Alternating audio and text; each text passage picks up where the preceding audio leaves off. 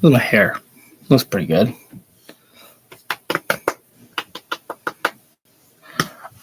All right. So I decided what the hell, we're going to go live right now because I am just stoked for the whole dang show and I want to talk about everything right now of what is scheduled to take place.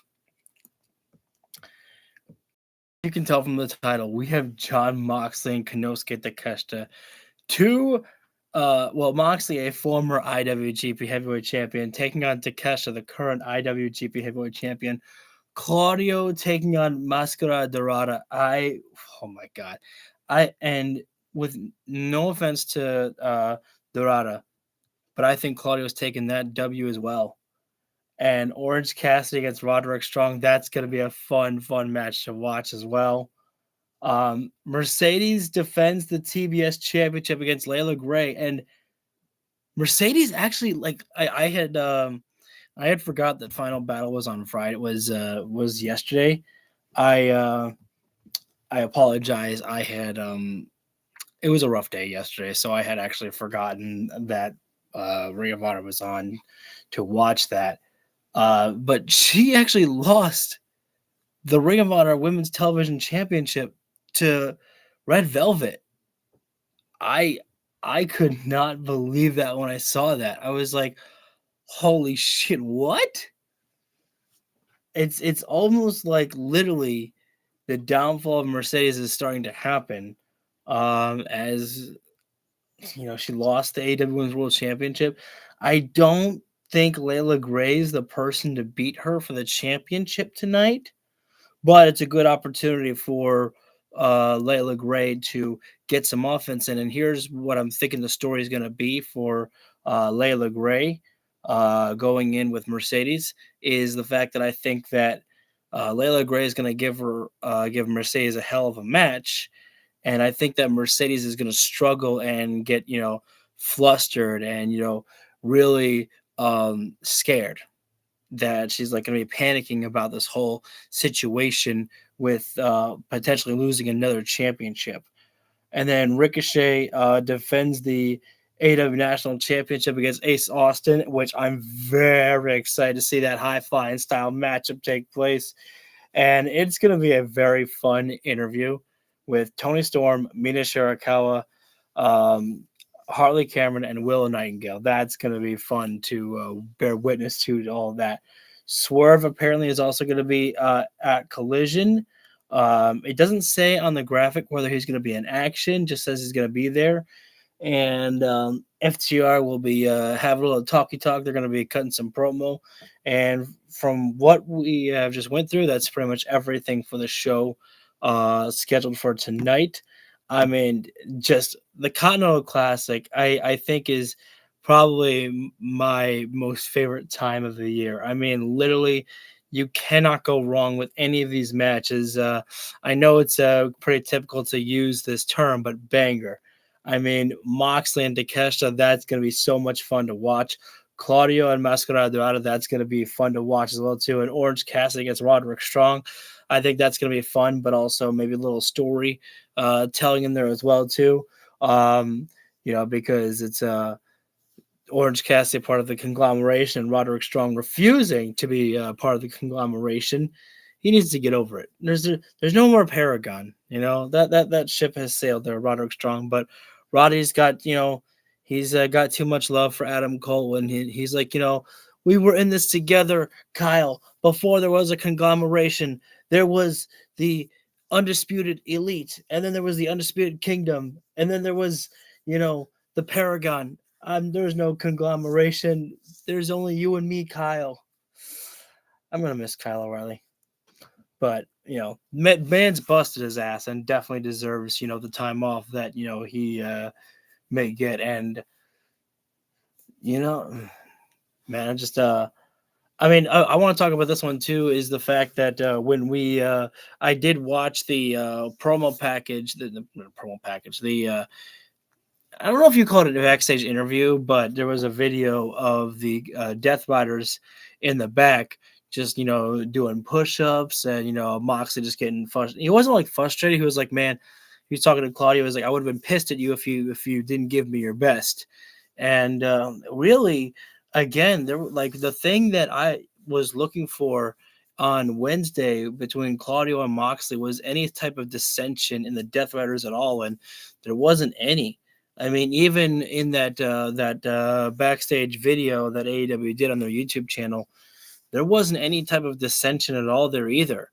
Um, they were all just in workout together, and they were all just in unison, just standing beside Moxley. It didn't even look like they were like in disbelief of him. It's just like they maybe in a way, I don't know if you could call it pity him. Um, because like, oh man, what you used to be. I don't know if I want to say pity. It doesn't feel like that. Um, but I think that I don't think that Claudio is winning the Continental Classic this year, but I really want him to as well. But the problem is the story is got to be Konosuke Takeshita to take this win in the Continental Classic and then beat Okada for the championship. They've been building up for this moment, and it's got to be Takeshita. But at the same time, I really want Claudio to really outshine in this, Continental Classic to really prove that I am the next evolution of the Death Riders. We had the Blackpool Combat Club with Danielson. That was good while it lasted, but then Danielson started getting, if I can make an assumption as to what the Death Riders were about with Danielson, was like he getting soft, he's trying to leave, so boom, kick you out, and now Moxley, you've been, tapping out, you've been getting soft. It's like, so you're gonna get kicked to the curb. I just kind of feel like that's what's going on with the Death Riders in their future here, but. But I'm just I'm very excited for next week as well too. I mean, I think we've only got the setup for Winter is Coming for Dynamite, not for a Collision. Oh man, it's just I love having this joy right now again of wait, like I can't wait for next week. Like it kind of gives me back the feeling of how I had when AEW when I saw the first episode of Dynamite, that I was like the ending was so great. I'm like I already want it to be next week. I don't want to wait another 7 days, and I'm very happy. This has just been a very good year, I feel like, for AEW. Um and I just, yeah, maybe I shouldn't have gone live this early, but I just decided, let's just go live. We'll talk and build up. If there's more people that come, anybody want to put anything in the chat, we can talk about that. I'm curious what will be taking place with Swerve Strickland. I don't know if we're going to hear from Hangman on Page. I can only assume that, because Hangman said, I want a tag match with Shibata and Hook, I think it was. I can't remember the people that Hangman called out. And he's like, you'll know who my tag team partner will be. And it's not Kenny, although I that came to my mind. What if it was Kenny Omega to take the spot there? But obviously, I think that for a special occasion for the special show of Winter is Coming, I think obviously they're going to go for Hangman and Swerve for their first ever team up. Officially as a team in AEW. I think I remember that somebody asking me if Swerve and Hangman should ever become a tag team to go for the titles, and I said hell no. These guys here right now, it's literally. I feel like that I heard this comparison from somebody, but like Batman and Joker teaming up to get to go against the more. I don't want to say greater good, but a bigger foe, and they have a foe that has I don't want to say screw them over the most because I mean Swerve is basically just Samoa Joe's, the ghost of Christmas past, because Swerve is the one who beat Joe for the championship there. Um, might do it again. Um, I think I see what comes for Winter is Coming. As I think I see maybe a feud between Hook and Eddie Kingston. I think that's got to be the path that we're going down with there. As much as I would love to see Eddie Kingston with the AEW World Heavyweight Championship, I mean, we just gave it to Joe. It would be foolish, I think, to take the title off him now. But I kind of don't want to see Swerve with the championship right now either. Like, and I mean, I wouldn't hate it, but I feel like that I wouldn't want to go back to where we've already been before, where Swerve beats Samoa Joe again for the championship.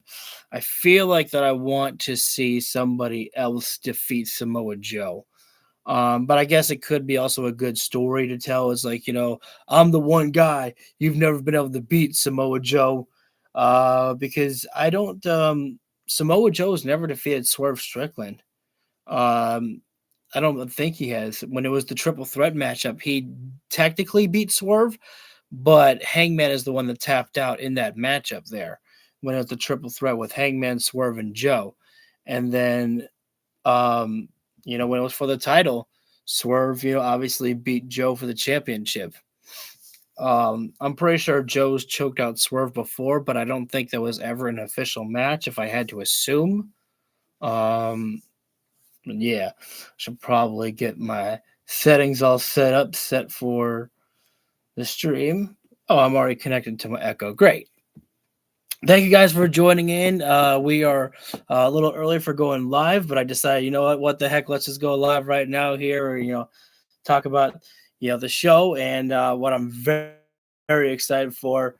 Um, John Moxley against Konosuke Takeshita. That's going to be a fun matchup to watch, especially if Moxley will go, mega hard hitting tonight against Takeshita. Moxley's got a hell of a forearm, but he ain't going to be able to outlast Takeshita in that forearm battle. Man, TNT and TBS, they really love that Black Adam movie. They promote the hell out of this Black Adam movie with The Rock. So it comes on a lot. Though they're already at the credits of the movie. All right. It's not like I was planning to watch the movie with you guys, but I wasn't expecting. Well, we're 2 minutes away, so that makes sense right there. We are live, though, of course. But I'm curious about FTR as well, too. I'm curious when Copeland's coming back, though. I miss Christian Cage. It's kind of weird. I say Copeland, but then I go right and talk about Christian Cage. I wonder how, I was thinking to myself recently, I was like, I wonder how Christian Cage feels. Like, does he enjoy the time off right now? Or is it like, man, you don't have anything for me right now, Tony Khan, unless you've got freaking Cope here? What the hell, man? I don't know how Christian Cage feels. I would imagine that, Cage might be like, hey, I understand where the story's going. And so we need to wait for Adam to finish up his acting stuff. Because that's apparently the reason why Copeland went crying wee all the way home was because he had to go do some acting, which I just find it ironic again when people, I'm small little WWE Barry here, but when they're like, the best way for Jade Cargill to really be able to become a star is first she needs to go to WWE to get those movie roles. It's like, I don't know, man. Cope, Samoa Joe, freaking MJF. I mean, Wardlow. There's a lot of guys who had acting gigs right now in AEW, and well, yeah, they're in AEW, not WWE. So, I mean, heck, even Toni Storm got an acting role, and I just can't believe how young Toni Storm is right now, and she's so damn like this is the greatest thing about the timeline that we live in right now in any wrestling company. I think is that there are so many talented wrestlers, and they're all still so young. They have so much talent to give and so much of a longevity that they can provide in the wrestling promotions for themselves. It's just one of the best times, I think, really to be a professional wrestling fan with how much that you can actually get, for professional wrestling, whether it be social media, the pay-per-view places that you can buy content from, Fight TV, all that type of jazz. I'm just kind of going off right now before we go live. We are almost there, which I should probably get my gallon of water hiding behind my desk.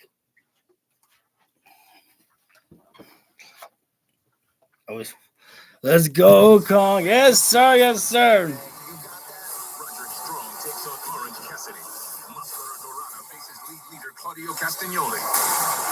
Claudio's leading in the Blue League. I had no idea, but I had a feeling he was. Dude, yes, absolutely. Like this, literally, Tony Khan, I think we might have to call him Santa Khan because he is delivering Christmas early with these wrestling. Oh, yeah, we're that best, brother. Wait. Excuse me. There we go. Playing from Lucas's iPhone, too. Yes, I hear you, Echo. Thank you. Oh, shit. We start already with Roderick Strong, Orange Cassidy right now. Don't do that. All right, there we go. Small little glare. Orange Cassidy actually his Titantron right now. How it's just the white background and his name right there kind of reminds me of the classic old movie pictures. You have the red bar and everything there. So right now I got the volume down just a little bit low just because I'm trying to be a little potentially cautious about a potential copyright there with Where Is My Mind playing in the background because we got Orange Cassidy. Dude, I am so upset that I missed that. I definitely, since I have the weekend off, I think I'm going to go ahead and definitely tomorrow have to watch the final card. Wait, super card? Shit. What was that? Ring of Honor. I forget what the pay-per-view was called last night, damn it. What I heard. Wait, what? Renee? We're already going to Renee Paquette. I attempted to catch up with Orange Cassidy following his match with Claudio Castagnoli last week. Man of few words led me to check in with our medical staff, and they assured me that although he is not 100%, he is medically cleared for competition. However, worth noting, as we heard on Dynamite this past week, Roderick Strong has already put his focus on OC's injured back. Thanks wow, for that update. That's incredibly rude, Roderick Strong. This man, buddy, you guys went through war and war games. You've been going to war with fucking the conglomeration this entire time with Orange Cassidy, and yet you still want to go after his back? I'm telling you. Oh, man, even Roderick Strong dropped a little boom right there. I'm telling you, I think what it is, I think that Roderick Strong is holding on to dear life. I think he's going through an internal battle with himself right there. Just knowing that, I don't want to be part of the conglomeration, but it's undeniable, my man. You got friends. Kyle O'Reilly doesn't have to be your only friend. It's definitely, an interesting story that I did not think would last this long. I figured that Strong would give in to the conglomeration by any minute now, but I don't know. Maybe it's gonna have to come down to Adam. Maybe it'll come down to Adam Cole. Maybe come back, just tell Roddy, it's okay to have other friends, Roddy. Adam, you're a liar. All right, enough of that shit. We out here right now. There you go. Currently available. Orange Cassidy didn't want to go for a handshake. You want to go for a high five? Person here tonight in Columbus. Here's the bell. It's our first match here tonight, and we are in the Blue League here right now. Orange Cassidy, Roderick Strong. Week we have starting tonight, coming up. Winter is coming up. That was actually kind of a cool sound right there when they had the graphic of the Continental Classic there. The Blue League. Saturday, of course, we're going to be in sorry, small little detail made it feel really cool right there. But right now, on the Orange Cassidy should probably try not to out-wrestle Roderick Strong here right now in a grappling arts game here right now. Cassidy right now, but he might surprise us. You can never count out Orange Cassidy. The greatest international champion, in my personal opinion, is the OC himself there. Has had Cassidy's Strong just working the wrist control there. And Orange Cassidy, that's a very unique move right there. He had his leg stretched out in the ropes there. I like that there. A nice clean break there by Strong. Orange Cassidy said he wanted this to be a conglomeration rules, which meant no chops. And that really got under the skin of Roddy Strong. Well, of course, Orange Cassidy wouldn't want to chop. Such a pathetic rule. Oh, camel clutch. Oh, Roddy almost had the camel clutch applied there. Orange Cassidy. Oh, wait. Absolutely. Front headlock there, and now once again in the ropes there. Orange Cassidy is. Our referee. Great crowd here. Appreciate everybody joining us, watching, and not only. Whoa! Oh, one of those chops. No chops. Cassidy tries to explain. Oh! He's get his hands up to. Oh, wow. Look at the savoir-faire of Orange Cassidy. Trying to block every one of the chops. I think Orange Cassidy actually swatted away the chops right there. Taking the mat. Well, the match it is onto the mat, guys. Side headlock there by Cassidy on the grounded Roderick Strong here. Nigel, Roddy loves the Boston Crab.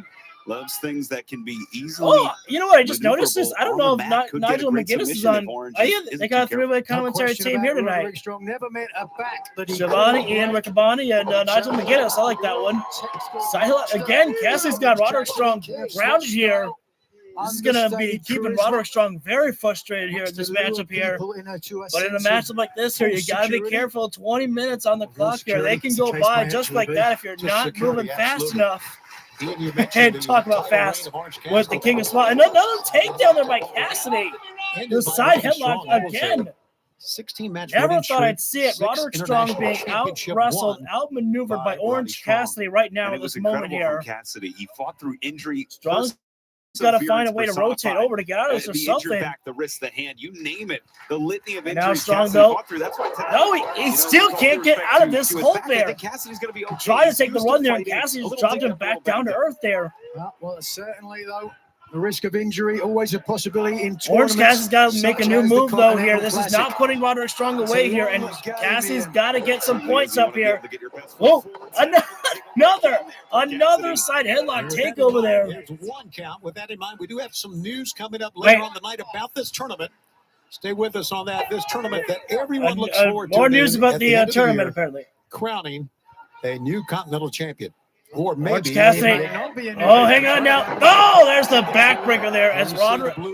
One side headlock takeover again. Wait a minute, Cassidy. Now into the crucifix pin there.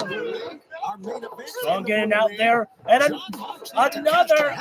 sidelock takeover. That's a main event. You might be bored about it, but rinse and repeat right now. It is Roderick Strong's kryptonite that is not working.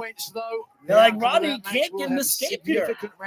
I would not have expected this for Roderick Strong to be out-wrestled by Orange Cassidy. I would have told you you'd be going crazy, but we're seeing it live and in living color. Man here is going to be left stuck at zero.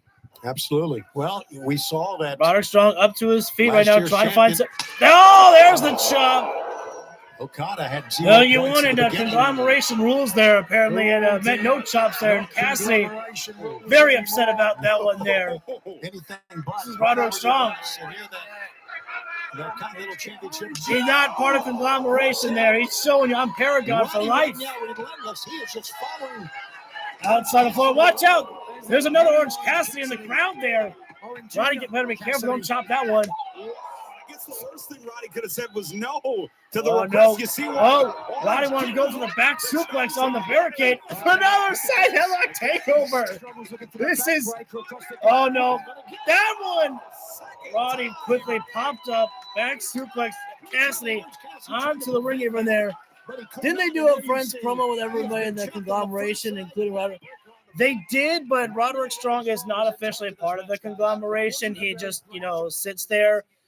For Kyle O'Reilly, but he basically on Dynamite, literally shoved Orange Cassidy's shoulder to him when he walked away there. Cassidy was looking for, I think, a handshake or something, and I can't remember exactly, but he just shouldered Cassidy. Roderick Strong is just, intent on just staying only in the Paragon, which it's really a one-man faction right now. Without Adam Cole there, and Kyle O'Reilly being part of the conglomeration and being like, Strong's just like, only one-sided. In the blue leg of the Continental Classic, moments ago there, Strong just hit another backbreaker on Orange Cassidy. Again, as we heard from Tony Schiavone saying that Orange Cassidy's back is messed up after his matchup with Claudio Castagnoli. Both guys out on the ring apron here. This is why you don't leave during the picture-in-picture break. So many things can go wrong from this side here, but Strong is just intent on chopping. Oh, no. Hang on now. Orange Cassidy, don't do that. That's in the steel bar of the of the turnbuckle right there. Thankfully, just a little bit of padding there, but got decapitated right across the bottom of the buckle there, throat there. Orange Cassidy struggling to breathe right there. And again, this is Roderick Strong, who's been in absolute war here with Orange Cassidy alongside the conglomeration to go against the Death Riders. And here he goes, destroying a man that he has been beside with in battle. I can't believe that. A backbreaker and then strong one for a cover. Only got a 1 count there. That shows the heart and determination, of course, of one of the all-time greatest, in my personal opinion, the greatest international champion in Orange Cassidy right there. Strong. I'm not sure what he's doing here right now. He's got an arm lock applied on Orange Cassidy, and Cassidy, I think he's trying to maybe get the hands in the pockets there, which is one of his greatest ways to escape of a move there. Cassidy up to a vertical base here right now, and Strong let it go there. Smart strategy by Strong right there. You're losing the grip. Change it up there as he went for another backbreaker. Now just stretching out Orange Cassidy. Palm at the chin right there. Well, keeping the grip on the knee there, just stretching out the entire body right there. And another backbreaker there. I got to imagine that Strong is also probably still feeling an embarrassment, knowing the type of competitor that he is there. And to have been outclassed by Orange Cassidy, for the longest part of the beginning of the matchup, a third backbreaker there. Yeesh. Roderick Strong, the Messiah, really. Orange Cassidy keeps trying to go for the hands of the pockets right there. And when he was going there, Strong just palmed him across the chest there. Excuse me. I don't know if you call that a hiccup, but, kind of gassing the throat there. And that's one of my favorite types of chops. I like the knife edge chop, but man, when you just get your full palm, I feel that does so much more damage in a way there. I don't know. Back live already here. Another chopping away there. Orange Cassidy better say, DDT there by Cassidy. Get that tilt-a-whirl in there. And if I'm Orange Cassidy, under normal circumstances, I would get out of the ring to recuperate, but you don't have time to recuperate here. You're in a 20-minute matchup. You got to keep the pressure on when you can. Roderick Strong is going to continue. Does he have enough in the I almost wonder to make an offensive move? if this one might be the matchup that goes for the first time. Chop. Cassidy. He grabbed his throat there. Orange Cassidy just slams the mat. Cassidy's getting pissed off right now here. There you see our standings. Stop. The crawl at the bottom. CMLL World Champion Claudio Castagnoli. I actually kind of like that, the reminder of the point system. Right behind with points. Everybody else, Dorado. Cassidy, forehead to forehead with Roderick Strong right now. With 0 points, here we go. Roderick Strong is daring Cassidy to do it. I don't know if he meant for a chop or if he meant for the hands in the pockets there. Just ticked off. Cassidy, Roddy Strong. He's got the hands in the pockets there. And Super Cassidy about to take flight. Tope Suicida. Roderick Strong got his hands on the table right there to make sure he didn't go fully crash into it there. But still, it's got the impact of Cassidy. And now, the right, drives the drastic OC. There's two. Roddy goes face first with the buckles. Oh, wait, nope. These two. Ian, if you want, there's 2 of them. Roderick Strong now up on the middle rope there. 3. No, Jesus. Cassidy dropped down Roderick Strong face first on the middle buckle. Himself Let's see, dive it down, cross by Strong, caught him up there, power slam. Glover up center of the ring. 2 count, not even a 2.5, a good 2 count there. Strong power slam there, and homage perhaps to one of the men that trained him. Cassidy was holding his back and still holding it. There's obviously showing a lot of damage done to it. Tony, we've seen miraculous comebacks from Orange Cassidy in the past. Roderick Strong bringing Orange up. Coming for end of a heartache. But you take a big risk because, wait, nope. And Cassidy, crucifix pins. Close call there. Roderick tried for the high knee. High boot there. And wait, hold on. Cassidy, a game of cat and mouse here right now. Slingshot DDT by Orange Cassidy, dropping down Roderick Strong. DDT, look at the face. I was going to say you take a big risk when you try for the end of Heartache there because Cassidy has great ways to escape from the suplexes and turn into the Stun Dog Millionaire, as he almost did moments ago. You've got to get those points. Orange Cassidy right now going to try to go top rope again here, but Strong cut him off there. Hard for Orange Cassidy to climb with a damaged back. Cassidy slumped over, as you can see. Could be gut wrench suplex there, but Cassidy pretty much hugging the top rope there to make sure he's not going. He's not going to get it now. There's a gut shot that time, right in the ribs. Orange Cassidy just sitting on the top. Oh, no. Hang on now. No, he's going to go the other way. Oh, no. Backbreaker attempted on the top rope there, but off of this. What's exactly right? He's trying to use the elbow there by Cassidy, trying to escape this position here. Oh, no. Oh, that didn't feel good. Roddy went crotch first on the middle rope there. Diving down, DDT by Cassidy. Cover it up. 2.5 right there. Almost got the job done. Cassidy thus far to the previously damaged neck of Roderick Strong. It might Strong. take time now to go for that orange punch there by Cassidy right now. 20-minute time limit. Go for the ultimate weapon. How much time has elapsed here? Our first bout. We need Continental Classic. We need the time told to us. Can Orange Cassidy get enough of this orange Elbow punch? pad off right now. Orange looking for that orange punch. Roderick Strong caught him. Half and half backbreaker. Oh, now Olympic slam. Wait. Oh. Tortrack backstabber. Double knees.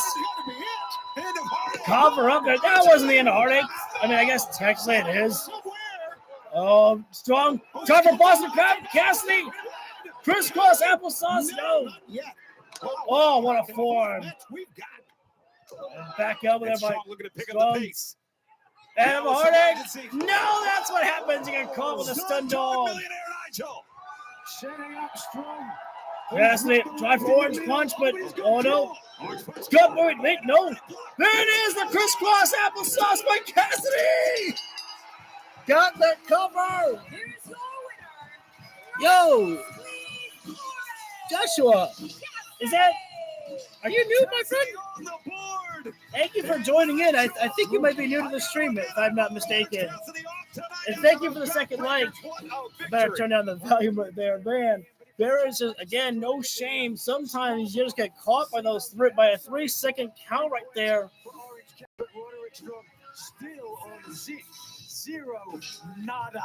And then that's got to be pretty frustrating there for Roderick Strong. But, man, what a match if that one was right there. Shake hands. Thank you for joining in, my friend, and thank you for giving me an opportunity. Yeah, Roderick Strong, though, just walking on by right there. But obviously, it's hard to put your pride aside when you take a loss like that. Hopefully, Roderick Strong will be able to accept that, sometimes shit happens and you just lose a match. After suffering many injuries on Thanksgiving Eve, Darby Allin, we're sorry to say, is out of the Continental Classic. However, we know that Jungle Jack Perry, the former TNT champion who has returned and who is red hot, will take his place and will be in the tournament. It's tough to see Darby out. Oh, a man that I think is made of steel had too many injuries. Absolutely. Man. Jack Perry, Nigel, certainly a suitable replacement, and now the opportunity of a lifetime to catch fire here in the Continental Classic. Certainly a big opportunity for Jack Perry. Really? What he does with it. Darby was injured in his match against Kevin Knight. And we understand that Darby is standing by and has something he wants to say. Let's check in with Darby right now. Why do I sense even that? The last year I thought I was winning this war with the Death Riders, but in reality I was just winning the battle. They're winning the war. You know why? Because they're out here week in and week out wrestling, doing push-ups. I don't give a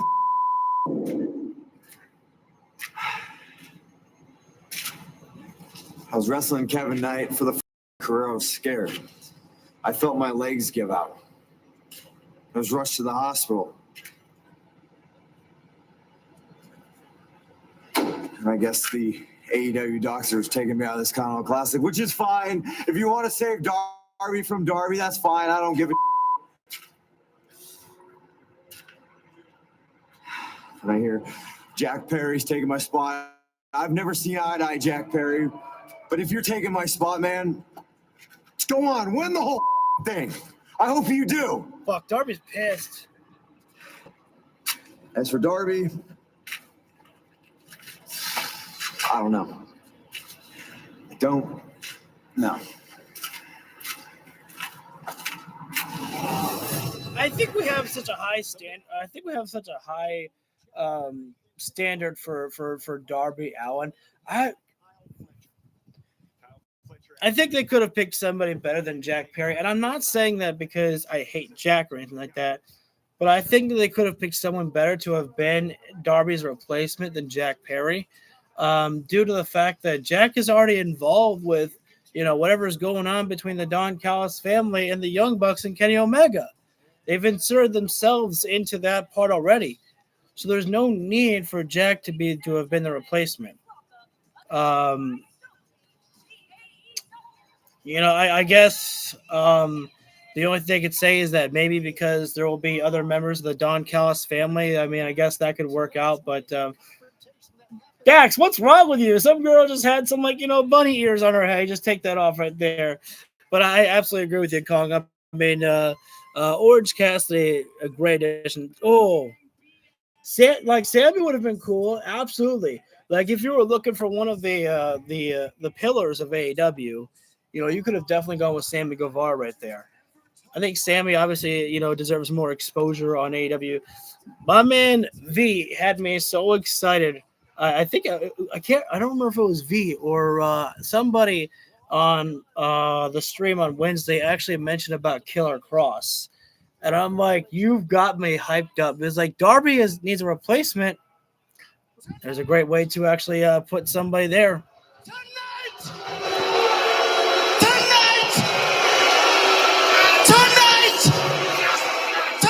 is the greatest night of my life. Stokely finally got hosed. Because FTR are the AEW World Tag Team Champions. Okay, so Stokely didn't get his hose yet. Maybe never will. Now. Settle down. Settle down, Columbus. Oh no, Big Stoke getting the MJF treatment. These fans in Columbus don't want to hear from Big Stoke himself. Can I just say I love Grandpa Dax with the glasses? Thank you. Wait, what does Stokely say? I knew what Stokely said. I'm glad you all appreciate me so much. Thank you. That's how you do it, Stoke. I have to address what happened on Dynamite this Wednesday. Damn. Get that. FTR are men of their words. Dax Harwood dared Austin Gunn and Juice Robinson to put their hands on their AEW World Tag Team Championships. So Austin, Juice, no more fun and games, no more no bullshit. We want you in this ring right here, right now. Oh, man. Well, I got to say, I appreciate the call out there by FTR there. Last week. We're used to FTR playing dirty games here, which makes you wonder, is the Bang Bang Gang truly here? Challenge issues. Oh, there they are! I was actually kind of expecting the light to go on, but them not to be there and show a video of them taking out backstage. But you got two really rebels, two defiant guys. Guns up. Time to bring the guns out, boys. And yes, they own a win. Bullet Club Gold is in the house. Recently, right before FTR went on. I know it's still Bang Bang Gang, but I still love Bullet Club Gold. That'd be the number one contenders. Certainly think at the top of the rankings, Nigel, Juice Robinson. Gotta say, I'm surprised that FTR are actually allowing these guys to come out here and Big Stoke there laid out the challenge. Question about it, I'm sure FTR can feel them breathing down their necks. No, Dax, don't take off the glasses. There you go. Keep them on, Grandpa Dax. It's kind of like what I like, Grandpa Dax.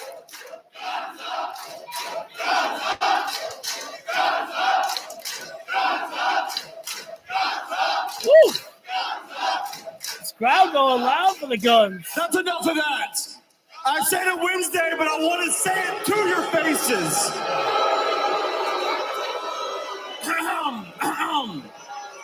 Yes, you two are the last team to beat FTR, but the last time you beat us will be the absolute last time that you beat us. Make no mistakes about it. You are not on our level. We are living legends, and you're just the son of a legend. Your greatest achievements you're ever gonna have will always be being Billy's boy and being Mr. Tony Storm. Oh, damn. Well, Juice is winning in life. Let's just put it that way. Listen, I understand that you guys are so excited to be in the ring with the absolute best tag team on this planet. I mean, we have one Nepo baby, Daddy's boy. And Juice, I've known you your whole career. Your whole career, you've been a bag carrier, and it's so cute. But the thing is, the only time either of you have been relevant here in AEW is when you stand across the ring from the top guys. The problem with that, we are peerless. We have no rival. We are one of one. Nobody else comes close to FTR. And last week, I was embarrassed. I'll admit it. I was embarrassed when I let you touch my belt. Well, tonight, what I'm going to do, you a favor. Because there is absolutely no way. The only reason we haven't fought you is because we know there is no way you could ever beat us. So right now, I'm going to give you the opportunity to touch my belt. I double dare you to touch my belt. Hang on, you got a triple dog dare him. A double dog ain't enough. You got a triple dog dare them. Didn't the Bang Bang Gang beat them a couple of weeks ago? Okay, he got me. Let them have their moment. I am the son of the Hall of Famer. Juice is the son of a carpenter. Yeah, there we go. Dash is the son of his first cousin. And Dax, you're just a son of a... Why do you have to censor bitch? What? But hold on. Now that we have the family tree out of the way, let's talk about something that they've been avoiding. Is putting those AEW tag team title belts on the line. There you go. It's not enough to just a touch them. They want to hold them. Remember the last time we fought them in this ring? Who won? The Guns. But I get it. We've done this song and dance before, but somehow, in some way, these people are getting behind us. Hell yes.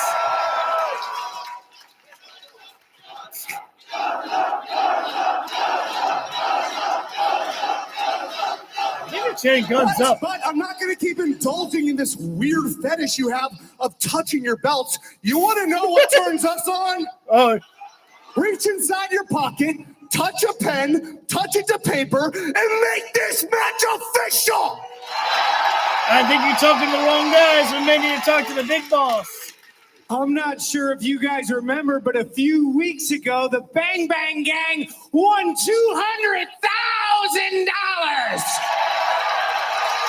Just what'd you spend on? So if this was about touching belts, we take that $200,000, go to shopaew.com and buy hundreds of belts. And we'd be touching belts all night long. But I got a belt, and it's holding my pants up, so I don't need any more. I think it's got Tony's charisma. What we need is a title.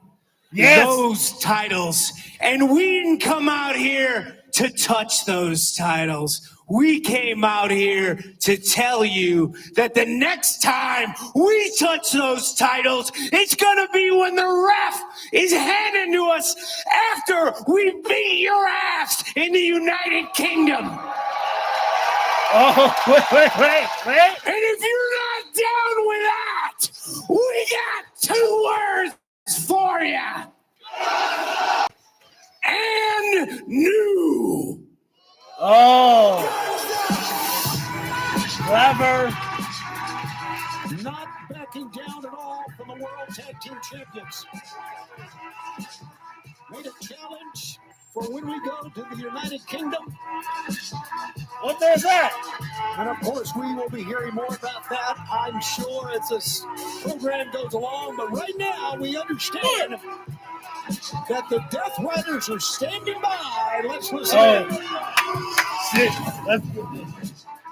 Greatness is not a moment, but a habit executed every single day. Who's pushing you to be great, Mark? Who's got your back like that, Mark? Hey, I'll answer that question. Nobody. You toothless hillbilly idiot running around with your band of moron friends. Mark, you cannot match the drive, the consistency, the determination, and the violence of the Death Riders. Hey, Mark, straight up, you are one of the stupidest people I've ever met in my entire life. And anybody that will listen to you talk for more than 5 seconds, I think would agree with me. And I've seen you do and say a lot of stupid things, but the stupidest thing you've done in recent memory is volunteer to put that TNT title on the line against me. December 13th, Cardiff, Wales. I'm bringing the title home to the Death Riders. Let's get it. Come on.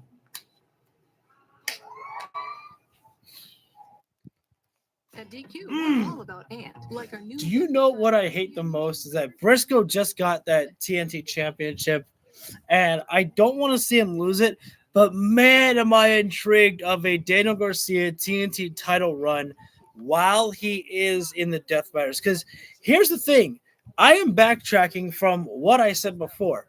I used to think that Daniel Garcia was a plant for the inside of the Death Riders. Now, I've never liked that whole idea of, oh, I got to take them down from the inside, so I'm going to have to beat you guys up literally in blood and guts in every single other type of matchup. I've never really kind of understood that, whole ideology of thing, something like that. But I changed my mind, and I really do believe that Daniel Garcia is part of the Death Riders. And here's the thing: is I think that Garcia and Yuta are going to be going after tag team gold for the Death Riders soon enough. I think that they're just going. I think what they're doing is they're going through the transition period of the new evolution of the Death Riders, of getting Jon Moxley out, so that way they can evolve the Death Riders. Oh, but Joshua, I definitely agree. Tonight's level, it's always pretty much great. I mean, there is hardly ever, in my personal view, ever a bad show of AEW. I don't recall a time that I've ever felt that a show has been bad. Maybe just fun and maybe okay, but I've never felt like a bad show. But the Death Riders for all the gold, I don't know. Marina still working up for, I think, the TBS championship one day, maybe. Because I don't think I want to see her and Megan Bain team up anymore. I think does the Death Riders or Callis family win the tournament? The Callis family. The Don Callis family win only for the sake of the fact that Konosuke Takeshita has to be the one to win the tournament to then go on and take the title from Okada. That is the only story that makes sense. They've been building this, story with them for the longest time, and in a way that at the same time some might find, well, that's predictable to give it to Takeshita. Here's the thing: predictable does not mean bad. It's all about giving the right journey to get to that point. It's all about doing things that make the most sense. And that makes the most sense right there. As much as I would love for Claudio to win the tournament as well, too, because I think it would be great for him to show that I'm the one to lead the Death Riders into the future. And Moxley, you fucking sucked in this tournament, my man. Speaking of Death Riders, in the Blue League as we go to the ring. And speaking of Claudio Castagnoli himself there, the CMLL World Heavyweight Champion. Boy, that's an intimidating sight right there, guys. Oh, smokes. No question, the CMLL Heavyweight title around his waist. Claudio Castagnoli, one of the favorites, definitely for the Blue League.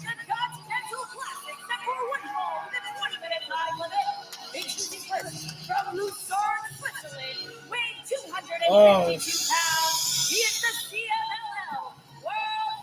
I cannot wait for Claudio and Takeshita inside the ring. Oh my. I just thought about that one. I can't wait to see those two guys inside the ring. Oh shit.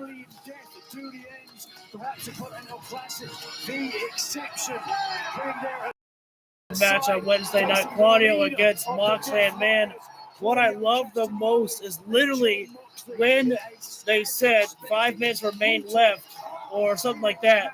Claudio rushed in, boom, uppercut, 1, 2, 3 on Moxley. I couldn't believe how sudden that finish came in there. And Mascara Dorada has got to be careful because the uppercut has been Claudio Castagnoli's super move to put you away. Whether it be the charging uppercut we saw in Moxley or the pop-up uppercut he's delivered to Orange Cassidy. I mean, this man, Claudio's got so many different ways to beat an opponent. Historically, had a bit of an issue with men that can fly like this man. Mascara Dorada. And his opponent from Mexico City, Mexico. Going to be certainly a different clash of styles here. Strength versus speed. Welterweight champion, Mascara Dorada. Brazilian Trios champions and the historic welterweight Battle. champion that he has held for Between the two. 722 days. Mascara Dorada. An impressive statistic, certainly, but still a couple of weight classes down. As a heavyweight One who is always entertaining to watch inside the ring has been one of my star favorites of 2025. To have watched him inside the ring has been a fun journey to watch. Melt off his back. Well, I like Dorada this weekend because Crowd fully behind battle we Dorada just here right saw, now in Castagnoli Columbus, I believe we against are. Moxley, and also I think that was a Dorada mistake coming right there in by to take Dorada to advantage of immediately going go to for a the lock sky of last the year. Claudio. Commander Tony, remember? Yes. Hold on for But the we great saw offense. in the first matchup As we see that Orange Cassidy was getting the better of Dorada, This is certainly a strong with great the clash of grappling game style. there. Claudio, perhaps Claudio the right most now pound for pound, on the neck of strongest Dorada right now. And now competitor in wait. AEW, and Dorado certainly up there. Almost the like most trying to turn to a athletic Dragon and Slayer agile for a high moment there. flyer. Claudio tried. Dorada. Full arm drag twist. Claudio. Commentators are very quiet Nice right good now. position. Oh, nice. Look at Dorado landing on his feet after that. Arm drag there by Arm whip Dorada. down. the poise of Dorada is going to be a challenge, an uphill battle for Claudio, Nigel, because that Kind of a power, that stalemate strength, here right now between Dorada Dorada and just Claudio. lands on We're his feet still in the every early time. stages of this matchup here every right now. time Here, starting out, but as this feeling match out process. Yo, we just goes on, got 7 people that just Dorada joined starts in. to Thank you lose guys some so of that much energy, for the joining agility in will here and go giving the with it. channel a shot. So Appreciate you. lands there. Oh man, arm Down strike goes by Dorada. Claudio, The fans. dropping The down biggest one Dorada. in AEW begins on Wednesday with Dynamite. There's the Winner side is headlock coming takeover. That's live been the at favorite of Gateway the Center show in tonight. Atlanta. Tickets available right now, and then we are going to All right, now have try to get the head. winners coming collision. We are going to be going out to Cardiff, Wales. That is next Saturday. Oh And man, then different Dynamite and Collision events for winners Holiday coming Bash like that. will be in Manchester, England. Up down and oh, Wednesday, Dorada trying for leapfrog. Claudio caught with a tilt-a-whirl Tickets backbreaker. available at AEWTIX.com. Up rope there and And a two getting count that out. time. A very exciting 2 week or count two already in ahead of this us. matchup. Winter is coming. We're about Always a only big about time 3 minutes in AEW. here. Tony, you've seen some of the incredible moments that have happened. Claudio Castagnoli, Incredible man. moments, there is no doubt about it. And you know, we've got something very, very special Oh, another palm strike It's there, taking down unprecedented. Dorada there. in AEW right now. We have 4 world Elbow. champions wrestling. 1, 2.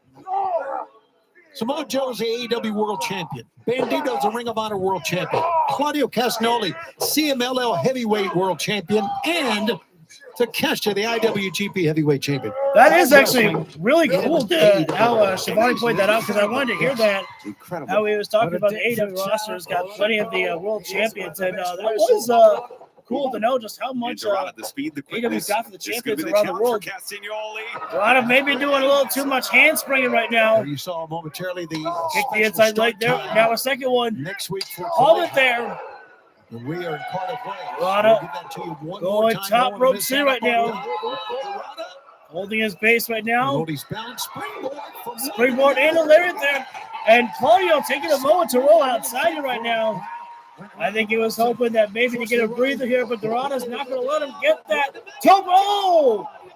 No, the uppercut by Claudio. And if I'm Claudio, get him inside the ring, cover it. But Claudio said no, just dumped him outside there. Between him and the field with a win here, we're giving 9 points. Dorada completely knocked out after the uppercut there by Claudio, and who could blame him? Military press. This has been Claudio's favorite. Oh!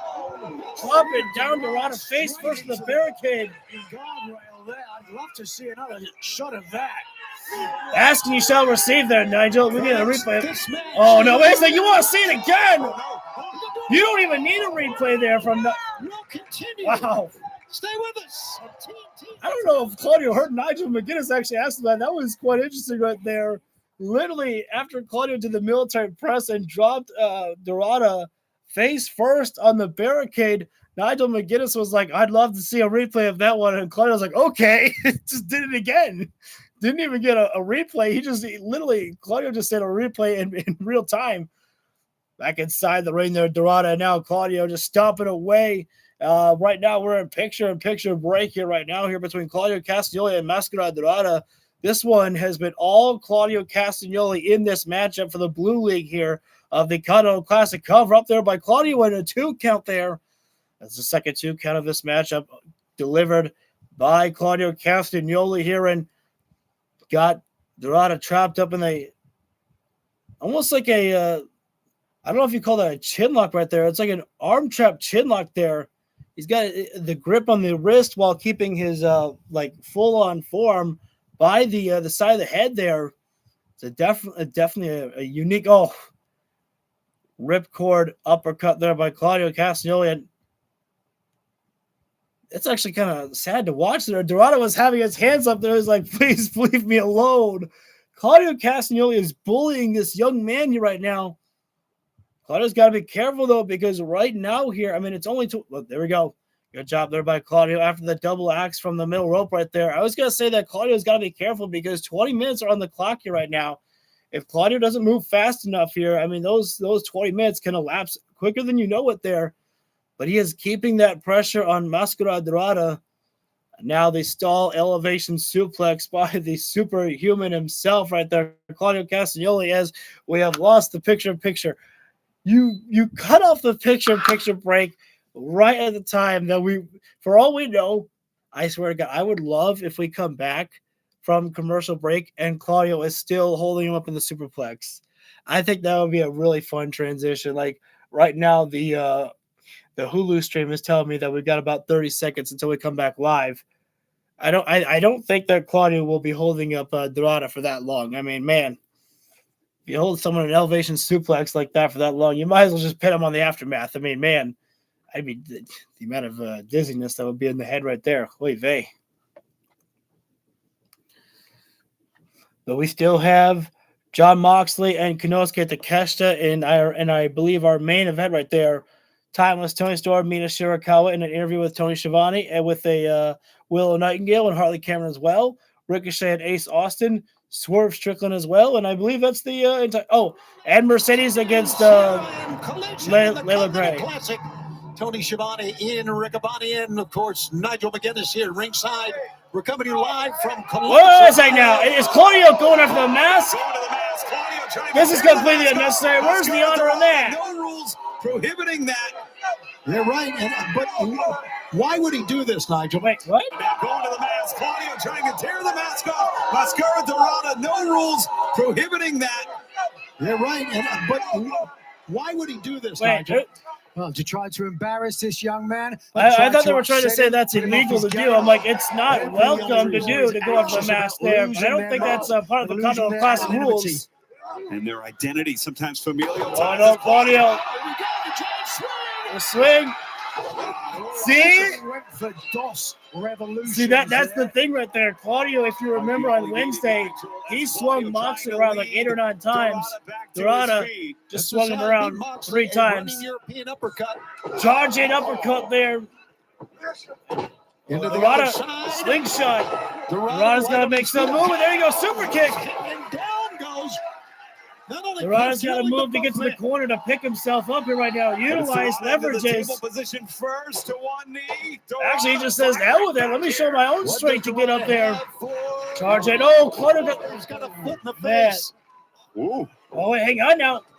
Dorada up on the chest of What? It was absolutely amazing. An arm drag takedown out of that. I don't even know how to comment what Dorada just did. Holy right. Tilt to Hurricane. A scintillating sight to see. Dorada right now. Tilting. No, wait, no. Claudio. Very smartly. Claudio, you fool! You were posing too much. You didn't see Dorada coming. When Dorada's on, he's on, not man. just for show either, Nigel. You know the torque on those rotations. He needs to do Ghost kick. off his feet. Maybe make a decision. A count of victory is enough to get you 3 points. Dorada up against the steel stairs. Claudio. Oh, just got kneed right in there. Against his much bigger opponent. Papa. Dorada just locks himself up on the. Even that time, he literally launched himself out, almost like corkscrewed away, or twisted himself into an arm drag. Dorada able to swing Off through on that the middle rope. wrist drag there. It was an arm drag. Takeover. Dorada stepping through the ropes. Claudio missed the last him sunset flip and the power bomb covered up there. Oh my God! I think Claudio Castiglione must wake up now and realize, holy shit, Dorada's coming back now. I got no time to play around here right now. I got to put this man away here. It's our second favorite perch. Dorada, second great match. top rope right now. You see the standings. On Gonna dive again. Crossbody. Oh, maybe don't go for a crossbody with Claudio Castiglione. Tilt-a-rope backbreaker. Almost got it right there. Only Dorada and Roderick Strong without points. Orange Cassidy won earlier tonight. There you see at the bottom the standings in the Gold League. Yeah, Fletcher the first to Claudio's 6. taking off the elbow pad, charging, uppercut, snapmare. Snapmare. 1, 2. No, man. And a 2 count. I thought that was actually done it. 10 minutes remaining. Well, as we mentioned, it's worth 10 repeating many minutes times. remain 20-minute here. time limit. Everyone barred from ringside, and that has really kept Papa, wait a second. Dorada. the Death Riders at bay. Roll it up there, Victor. Roll. No. A great combination there. Scores a 2 for Dorada. Oh, man, what a kick. Cross kick. And Lariat. Turning Dorada inside out. All right, to recover. 1, 2. Ooh, I actually thought Dorada was going to turn that into a crucifix. Not a bad try that time by Claudio to try to get it done. You can see Claudio. Look at There's his frustration body, right now on breathing Claudio, hard, and almost his like ribs disbelief, like expanding how and is this man still contracting. He's moving? got to get oxygen I've into his uppercutted lungs. him. I've When hit him you've with my got big lariat. muscles, they need the oxygen to And any move by Claudio should be able to put away a human being there. Last night, we'll look at you sitting in the ringside here tonight. Uppercuts right to And the it's jaw. Claudio unloading. What a tremendous bout that was. Claudio with a charge in. Dorada, boot to the face. Up, Claudio. Oh, Another one there. Adjusting the Dorada step up lariat. All right, makes me Hurricane. one more time. What is This it? time, Claudio is one step ahead. oh my goodness. Claudio's going up to the middle rope there with Dorada. all the way to the top. Dorada. Oh, is he made me think about military press? Dorada knees. Oh, hi, Gamagiri, right to the face. Gamagiri. To There the goes face. Dorada. Oh boy. 3 down, down. Hurricane from the top. Unbelievable. From Dorada. Time to move, Dorada. Time to move. To the corner. He's going to go up top again. One leap. Claudio. European uppercut. He's How did he down. already We're wake on the up? verge of an upset. As Claudio now. Super no. Tactics with Dorada. a superplex, but it's Dorada creating space. Could have been a Claudio's been suplex, putting maybe a everything he can into this. We'll never know because Dorada's up on top. Shooting star. Shooting star. Beautifully executed. What? Oh, back down.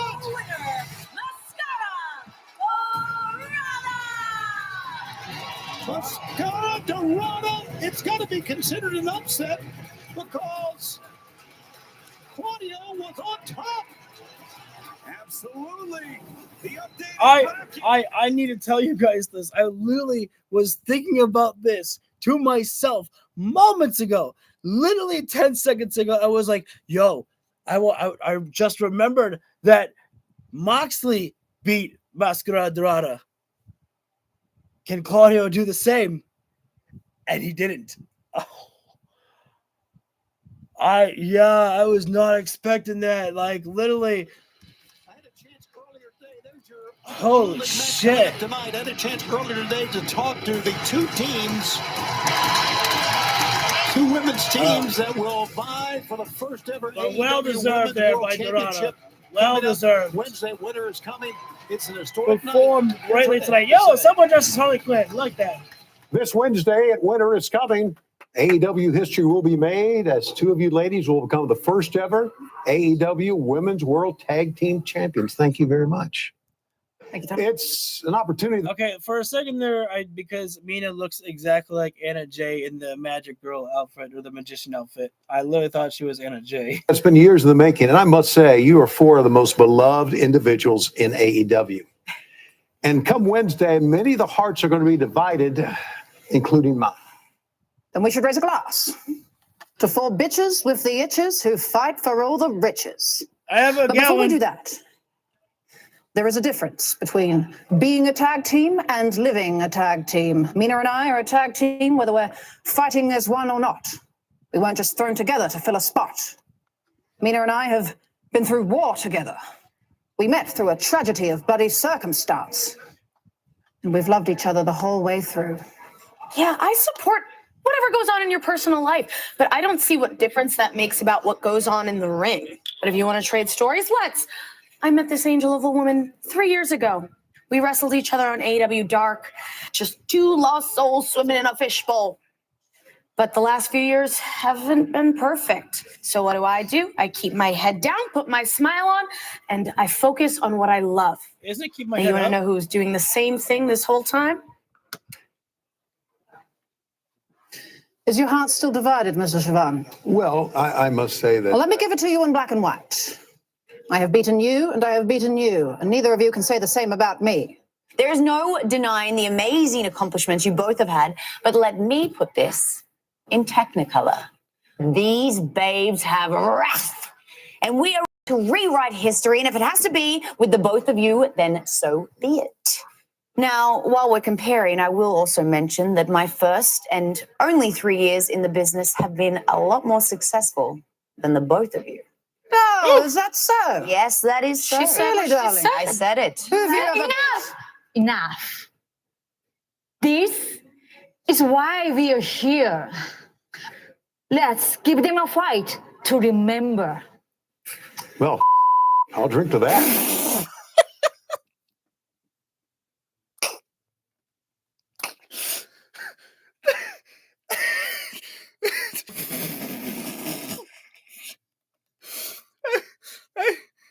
I think that needs to become a meme or something like that. One of those like Vine clips.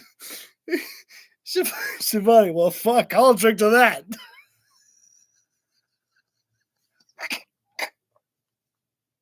I'm sorry, that's just one of those things that was so unexpected, just out of left field, I think they say. I just broke out laughing. I was like, the fuck did he just say? I mean, I was about to comment. I was like, well, Mina getting right down to the point. She's like, yeah, this is what it's all about is the AEW Women's Tag Team titles. And Shivani's like, well, fuck. When you put it that way, hell yeah. It's like, all right. Oh, man. It feels good to laugh. That was unexpected. So, I'm sorry. I don't know why. It shouldn't be that funny, but... I can't. All right. God, am I crying? I think I'm crying. Fuck. I'm Shivani. Fuck, man. Next is Swerve Strickland. It's not that funny. Like, fuck. All right. So we're on commercial break right now, but when we come back live, it's Swerve Strickland, which is a good thing because I need to calm down because I don't know why I'm still laughing. I just can't believe that. I don't know. It's one of those things that was just so out of nowhere and so unexpected. Like, did that really just happen? It's like, yeah, it did. It was like, okie dokie then. But yeah, sorry, Kong. If Mox wins, that will be nuts right there. And again, there's nothing to fantasy book about. Well, Okada's going to cost Takeshita. There's nothing to fantasy book about the Don Callis family right there getting involved in this because nobody can. The only way somebody could is if Don Callis accidentally does something, because Don is welcomed on the commentary table, which, I mean, I guess that one I'm okay with. I've come to accept it, but definitely I was not okay when Marina Shafir was at ringside with Moxley and Claudio at the beginning, and then it was about maybe a minute in that referee was like, "Oh, get your ass to the back."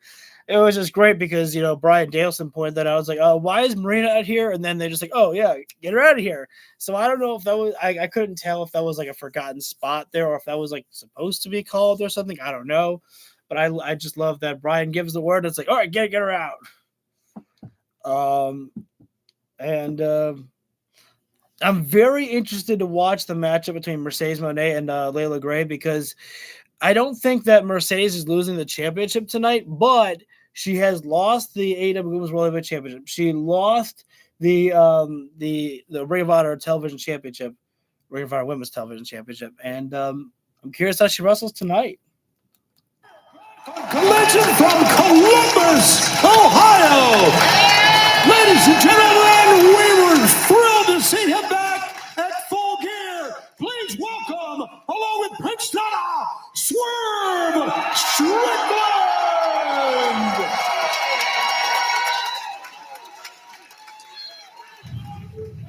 First time Swerve's been making a comment since his return.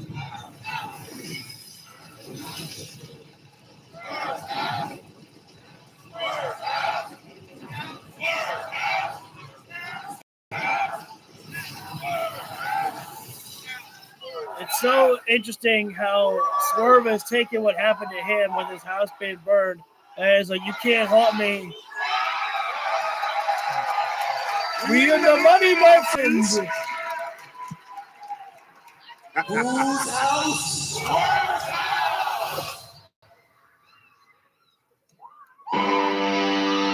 I'm definitely going to miss Big Pressure by Swerve. I think it's just something that we've always become accustomed to. But sometimes, you know, we got to make the changes. Here we go.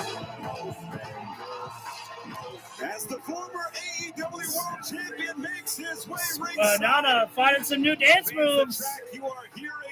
I'll miss, you know, swerving, but available this Wednesday. Oh no, there we go! Nana! Swerve, but also featuring the legendary Wayne Nana still got the classics, baby. And Montezzi. It don't matter if it don't say swerve in the song. We still swerve. We're swerve. Certainly fresh, intense, and groundbreaking Swerve Strickland. As we heard Tony say, returning at Full Gear to stand beside his former foe, Adam Page. After Samoa Joe had beaten Page for the title, and the opposite attacked him post-match. The following week on Dynamite. Swerve is all business here right now. Ain't a smile on the man's face. Attacking the ops. You would think that he'd be happy to be back, but man, he came with choking them out. goals in mind upon his return. Business, as JR would say, certainly picked up. It's picked up, Sean. Man,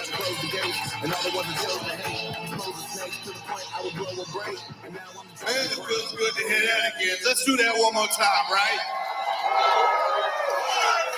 Whose house?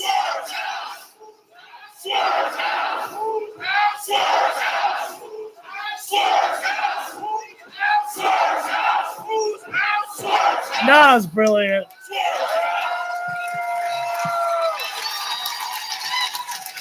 Two weeks ago, I returned and stepped foot right back here in AEW at Full Gear. After being put on the shelf for 3 months. 3 months removed from surgery. 3 months of rehab, 3 months of training and grinding and rebuilding myself and turning myself into the biggest, baddest, most dangerous version of Swerve Strickland that you've ever seen. There's a more dangerous version? We ain't ready. We ain't ready, All yo. for one purpose and one purpose alone. AEW World Championships. I think there's only one. That same championship that sets the standard in all of pro wrestling around the world. Fuck the yeah. same championship that raises the bar, but also makes you public enemy number one. I know all about that because when I was champion, man, I made business real simple. I said it, I meant it, and I backed it the hell up.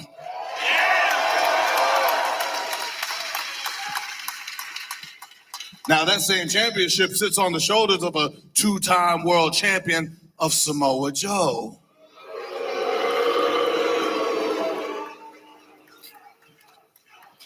Hey, Joe. You remember me? What's up? I'm the guy. Because it seems like every time I try to get myself reacquainted with you, you're running from me now. Probably because we know why. That's right. Because the last person that beat you for the last championship was me. Yep. I remember history. I got the biggest moment in my career off of you. Also made history off your ass, too. Yes, sir. Yes, sir. Now things might be a little bit different because now I got to fight through waves and waves of dojo ops guys and cut through them like this is Dynasty Warriors or something. All just to get through to Hobbs, to Shibata, to even you, Hook, to get back to my world championship. But it makes no difference to me. Same dance, different circumstance. Joe, you will fall once again to the franchise of AEW Swerve Strickland. Whose house? Brings me to one more person. Hangman Adam Page.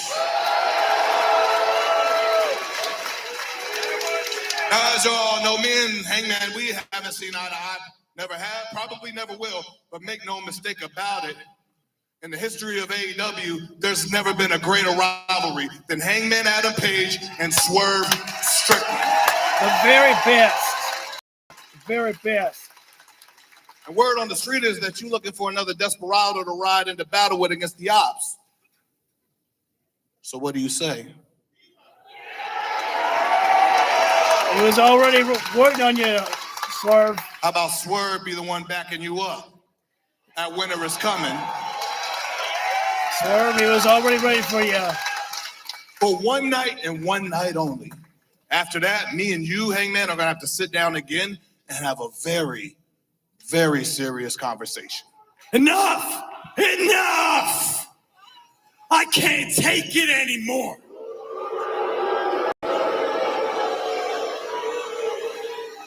Welcome back, Swerve. Josh? Oh, I was listening in the back, and all I could hear is lies and half-truths.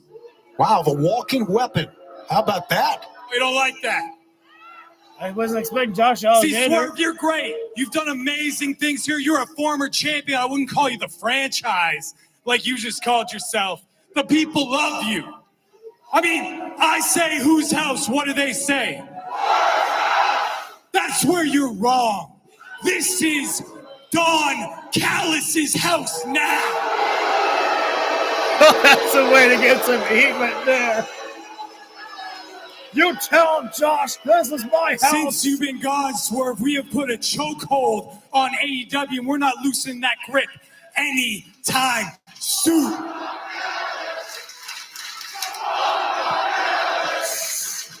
The chant has heard around the world. I'm sorry to disappoint you all, but the great Don Callis is not here. He would not be caught dead in Ohio. I think they're actually happy about that. Now I'm talking about lies and half-truths. You're out here clamoring for a world championship match. It's a mixture. But you're not talking about revenge. Who put you out with that knee injury? Who made you go get surgery and grind through the rehab? It was Don Callis family member Okada. They didn't forget that. And I'm disappointed you're not seeking revenge, but I totally understand because the Don Callis family does own this house now. I like the fact that Josh Alexander's like, you're not skipping But the past other us. thing I take it, shut your damn mouth and sit down. Don't you point that finger to Josh Alexander. You might break that fan. Swerve, the other thing I take exception to is the fact that you think you can just waltz back in here after 3-4 months and just get a title shot. I mean, he's not wrong. He's not wrong. Since you've been on vacation, let me refresh you on everything I've done since you've been gone. I am a man who has defeated the great Will Ospreay, your former tag team partner. I took the legendary Kota Ibushi and put his career into question when I broke his femur.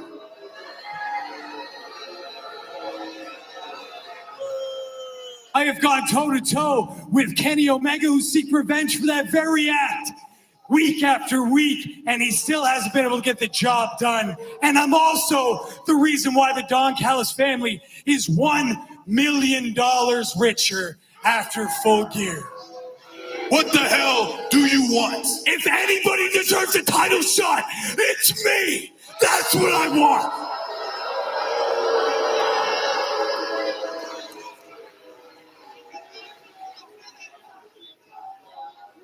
So I think we should do this. We should figure out who deserves a title shot. Should it be Swerve Strickland or should it be Josh Alexander?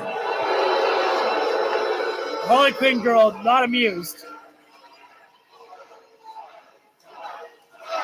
Well, Josh Alexander, you wanted an answer. You get an answer from the crowd. Now, Swerve, I know you want to do this right now, and trust me, I do too, until I see something like this sitting in the front row. This is not a wrestling crowd. This is full of freaks and furries and all sorts of different things. They don't deserve this match. That was a good call by Josh. I'll cut you off right now. You want to do this? How about we do this in Cardiff? There we go. Me and you. As far away from Columbus, Ohio as possible. I think that sounds great. Now hurry up. Now come here. Now let me bust your ass right now.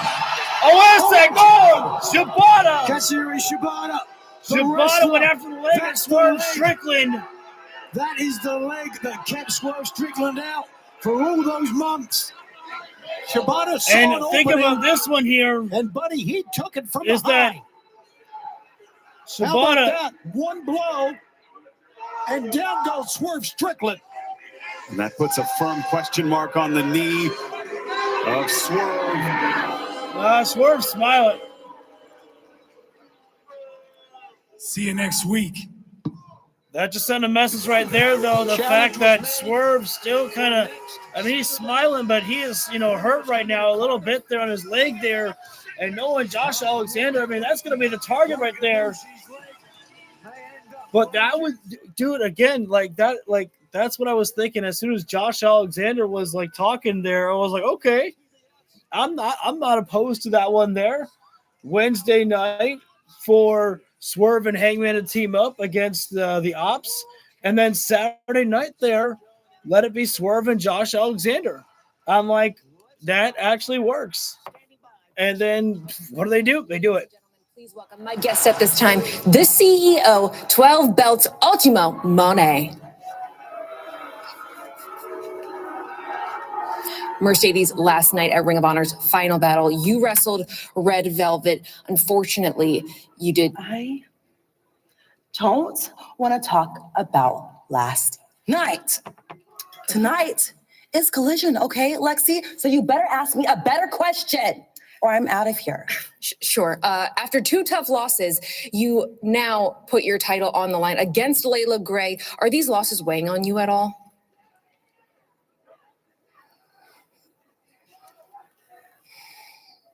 Mercedes about to I am a global wrestling icon. Ultimo Money. PWI's #1 wrestler of the year. And the greatest TBS champion of all time. The only thing that's weighing on me are my 12 titles. So I'm tired of being disrespected around here. Last night at Final Battle, Layla Gray just got one lucky win, and she got all the confidence in the world to kick me when I was down. So Layla, I am going to show you next that there's a price to pay when you mess with Mercedes money. Let's take it back to the ring.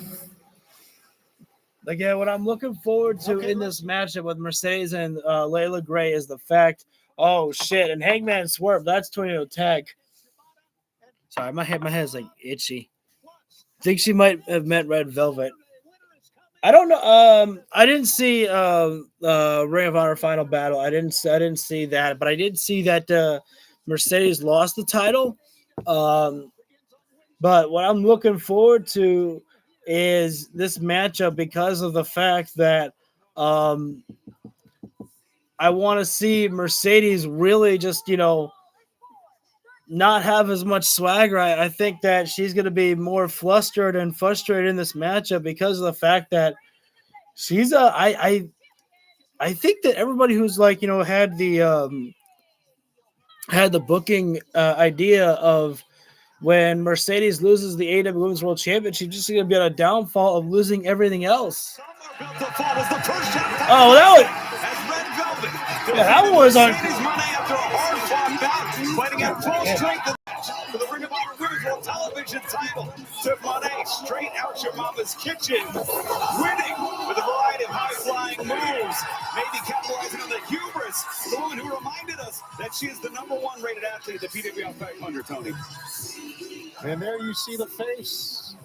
That was very much like the face that we saw in that interview with Lexi Nair. Now, Layla, you're already frustration on the face of frustration on the face of Mercedes. Like, oh man, Layla Gray here, music hitting there.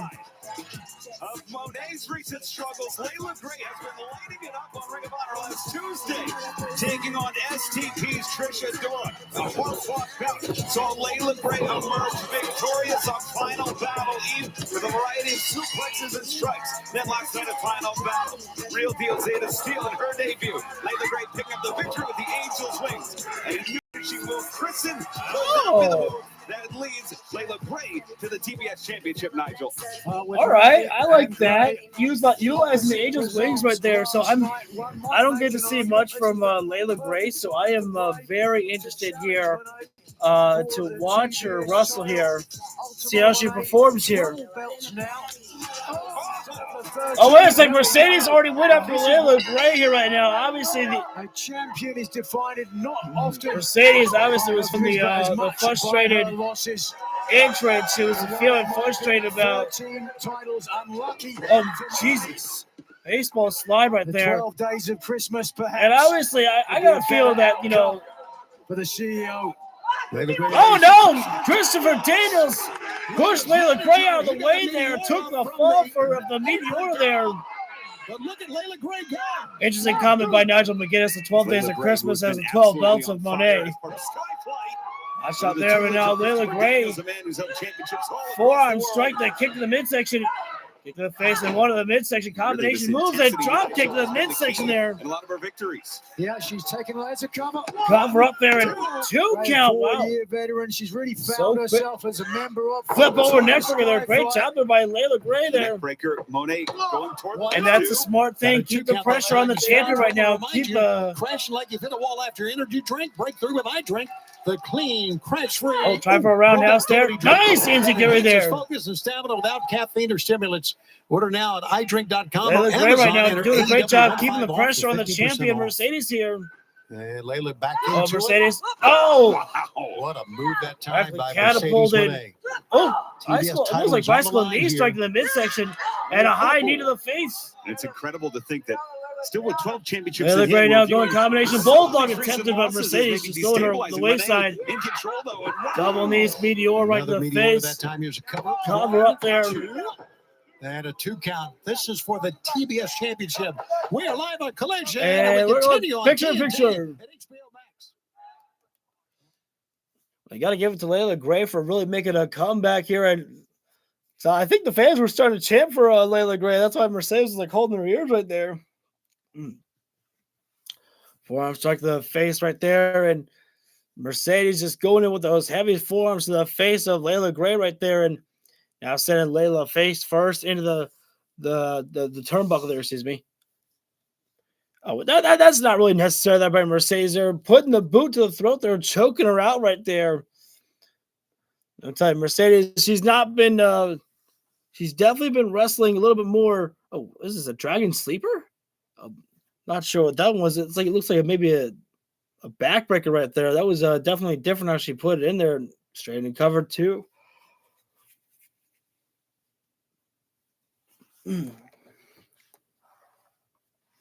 Little shot the bide right there is.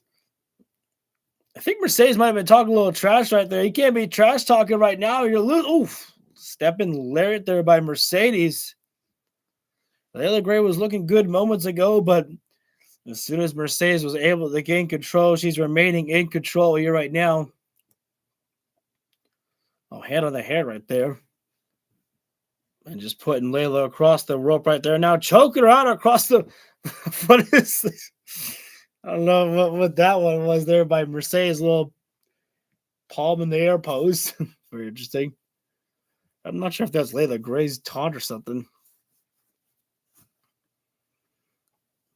There's Mercedes, the snap mirror.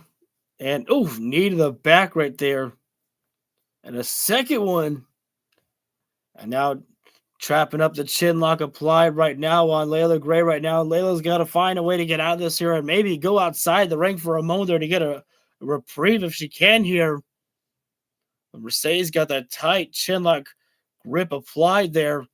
Oh, but Layla getting up to a vertical base here right now. But smart strategy, though, by the champion right now. Letting go of the hold just to throw her back down to the mat right there. And a very frustrated look on Mercedes Monet here right now. Now placing Layla Gray. Oh, just choking her out across the bottom rope right there. Well, she had her foot on the back of her neck as well, too, there. And just placing her right, placing Layla Gray right in the corner here right now.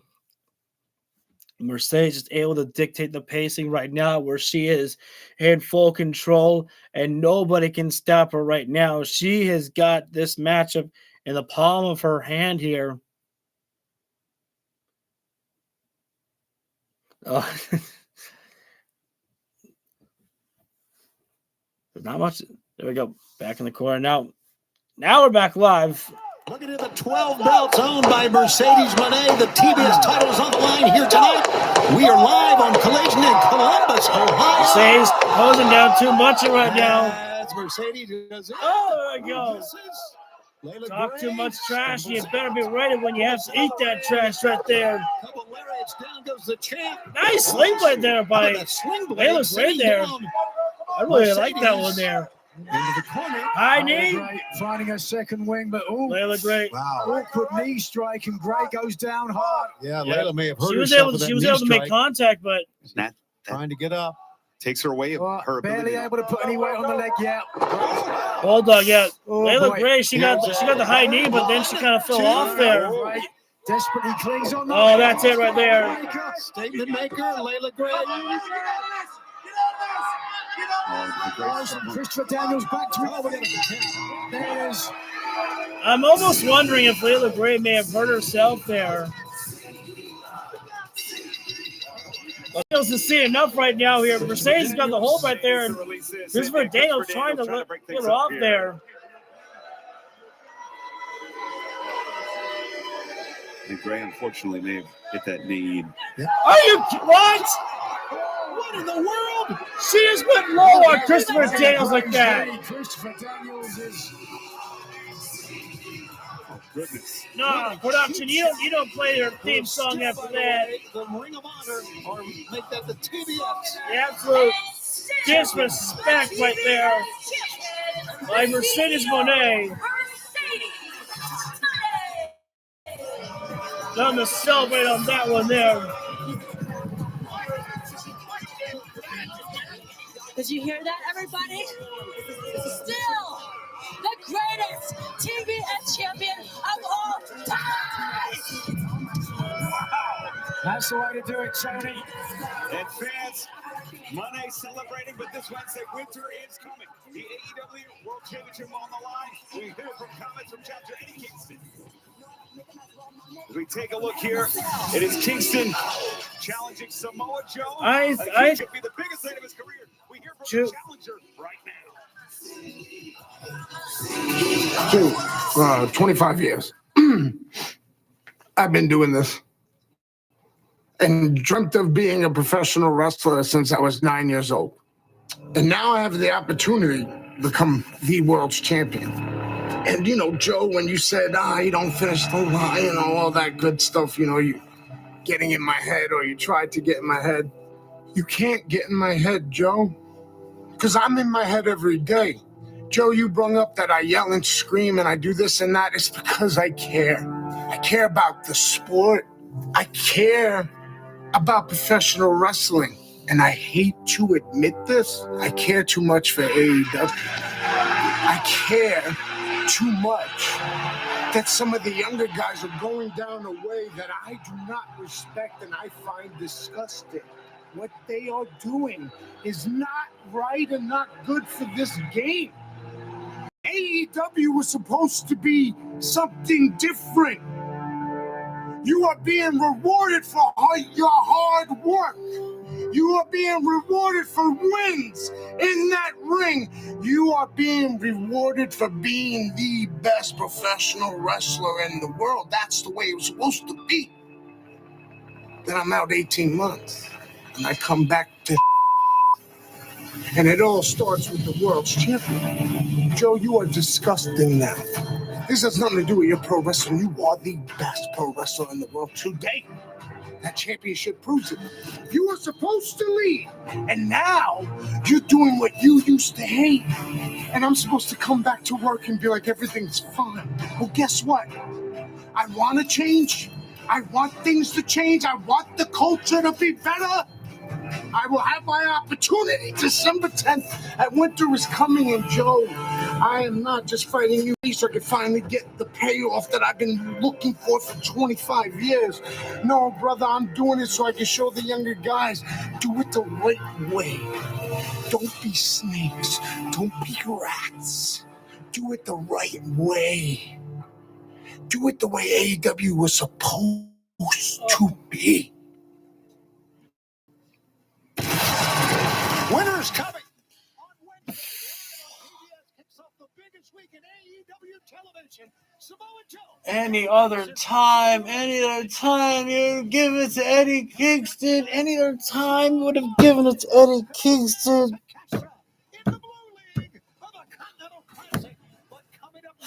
Any other time it should have been Eddie. It should have been Eddie, man. I have one request. If I can make one request, I want one day Eddie Kingston to be my World Heavyweight Champion. My dude, literally, with like one promo, just I don't even know if you can call what Eddie Kingston does as promos. With one talk. With a conversation, because to call it a promo is something in pro wrestling. You know, you get a character. With Eddie Kingston, there's no fucking character. With Eddie Kingston, it's fucking real. He's not cutting a promo. He's having a conversation to all of us. Dude. So like, I don't remember what it was, but someone had said that Eddie could, maybe train to become a better pro wrestler or something like that. Here's the thing: Eddie doesn't have to wrestle. Eddie Kingston doesn't have to do much. Eddie Kingston's best work is being Eddie Kingston. It's the work of throwing chops, throwing suplexes, and just being Eddie Kingston on the microphone. That's where Eddie's strong suit is, and that's where we connect with Eddie Kingston on a personal level, is because he is all of us. The passion he has for professional wrestling, and the passion that he has for just all of it, and the passion that he has for AEW as well too. I mean, Eddie Kingston is us. But it's just, man, I would love for Eddie Kingston to win the match, but I can't see it. All I can see is how it's going to be Eddie Kingston giving a good match against Joe, but then Hook comes out to screw him over in the end. And then we get a feud between Eddie and Hook. Because I think that World's End we go into with Samoa Joe and maybe Swerve Strickland, probably Swerve if I had to imagine. But I could honestly see maybe World's End is when MJF returns, because if you remember years ago at World's End, it was Samoa Joe who took the World Heavyweight Championship from MJF. Full circle. We're back live on Collision here in Columbus, Ohio. As we continue, we have Tony, I'm sorry. I got to interrupt you. I'm getting word right now that something has gone on backstage. Maybe outside the ring.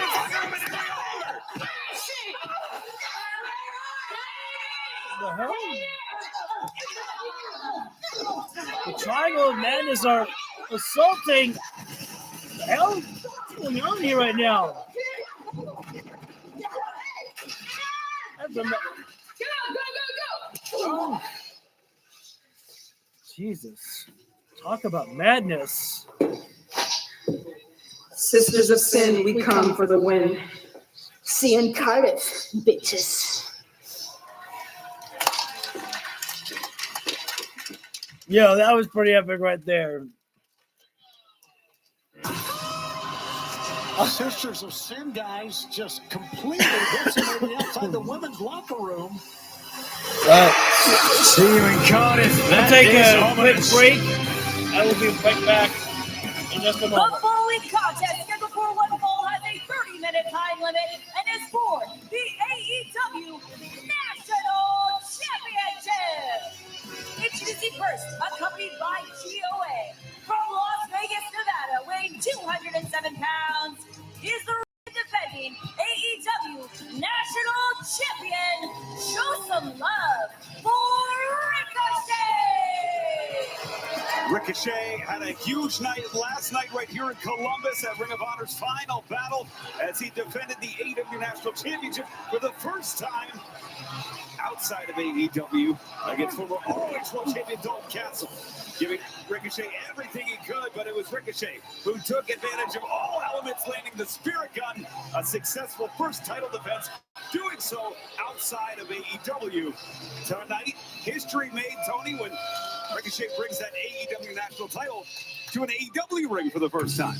That title defense was the first wrestler ever to defend an AEW title in Ring of Honor.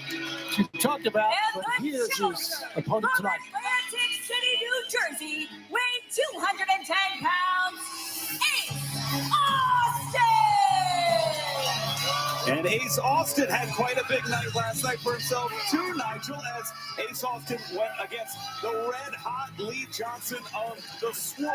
It was a matchup that I think will portend the future of Ring of Honor.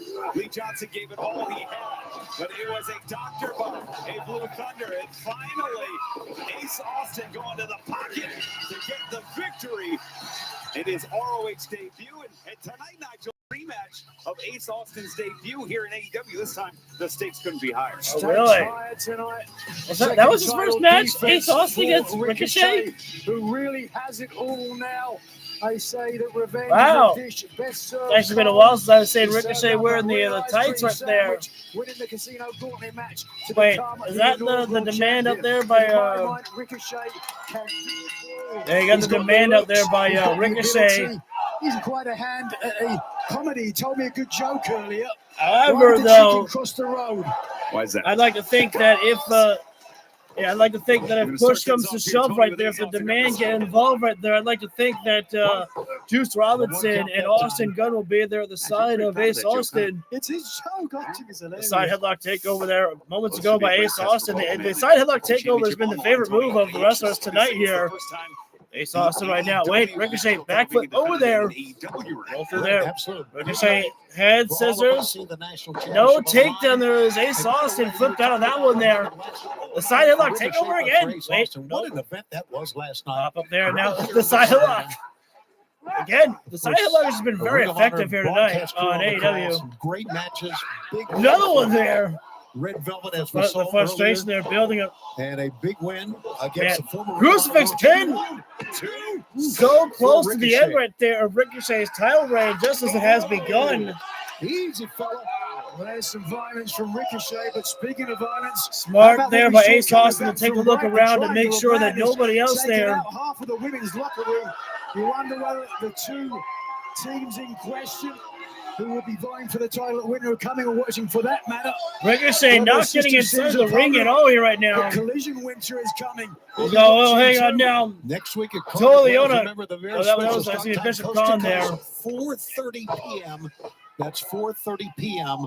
for next week. Winner is coming to Cardiff. Take a look at that tag team match that we have. I'm What trying a to remember big that. No, week of nice job. AEW Whoa, TV Jesus. on Ace Austin Wednesday dropped with hold of him winners and kicked coming in the in back and there. out of there. Look at that. One, Nice victory roll there. No. and a 2 count that Ricochet time. again getting out. Drop kick, man. Once again, Ricochet. And again. Settle down, fella. It's not us. It's your opponent in the ring. Hey, Wiz. He didn't think his joke was very funny, though. He didn't like the joke. He's got the. Yeah, you don't need to tell him that now, Nigel. You're going to get me. And the hammer. Ricochet's got the hammer from the ring bell there. Didn't see the trick. Oh! To the back of the head of Austin. And of course, right there, Unbelievable. Almost like premeditated. Ricochet tope suicide right there. Landed. This damn feet. continues on TNT and HBO Max. And of course, when the referee was distracted, taking the hammer away from Ricochet right there, Ace Austin is the future national champion. Ricochet said, hell no, he's not. I asked my doctor about treating my TD with. I was going to laugh my ass off if Ricochet could not tear that sign up there. Reduced TD movements by greater He's still. than 10 times. Oh, no. Wait a second now. He's trying to give him a paper cut. And you can keep taking most mental health meds. Paper cut right there. That's a disqualification right there. Paper cuts right there. That's an illegal weapon right there, referee. And just slamming Ace Austin right there into the barricade right there. And now I want to know what that side says right there. Ace, grab that side right there. Use it. Paper cut on Ricochet. That didn't work. Ricochet sends Ace Austin inside the ring, cover up there. Couldn't even get a 2 count there, man. That was even barely a 1 right there by Ricochet. As Ricochet right now choking out Ace Austin across the bottom rope there, which in my personal opinion, it feels like that's even worse right there because it just, from my viewpoint, it feels like there's more pressure on the bottom rope there than a middle rope there.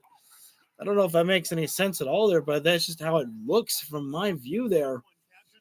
Stop away right there. And of course, the whole match changed up there when, and I really wish that Juice Robinson and that Austin Gunn came out there to really, equal out of the demand right there.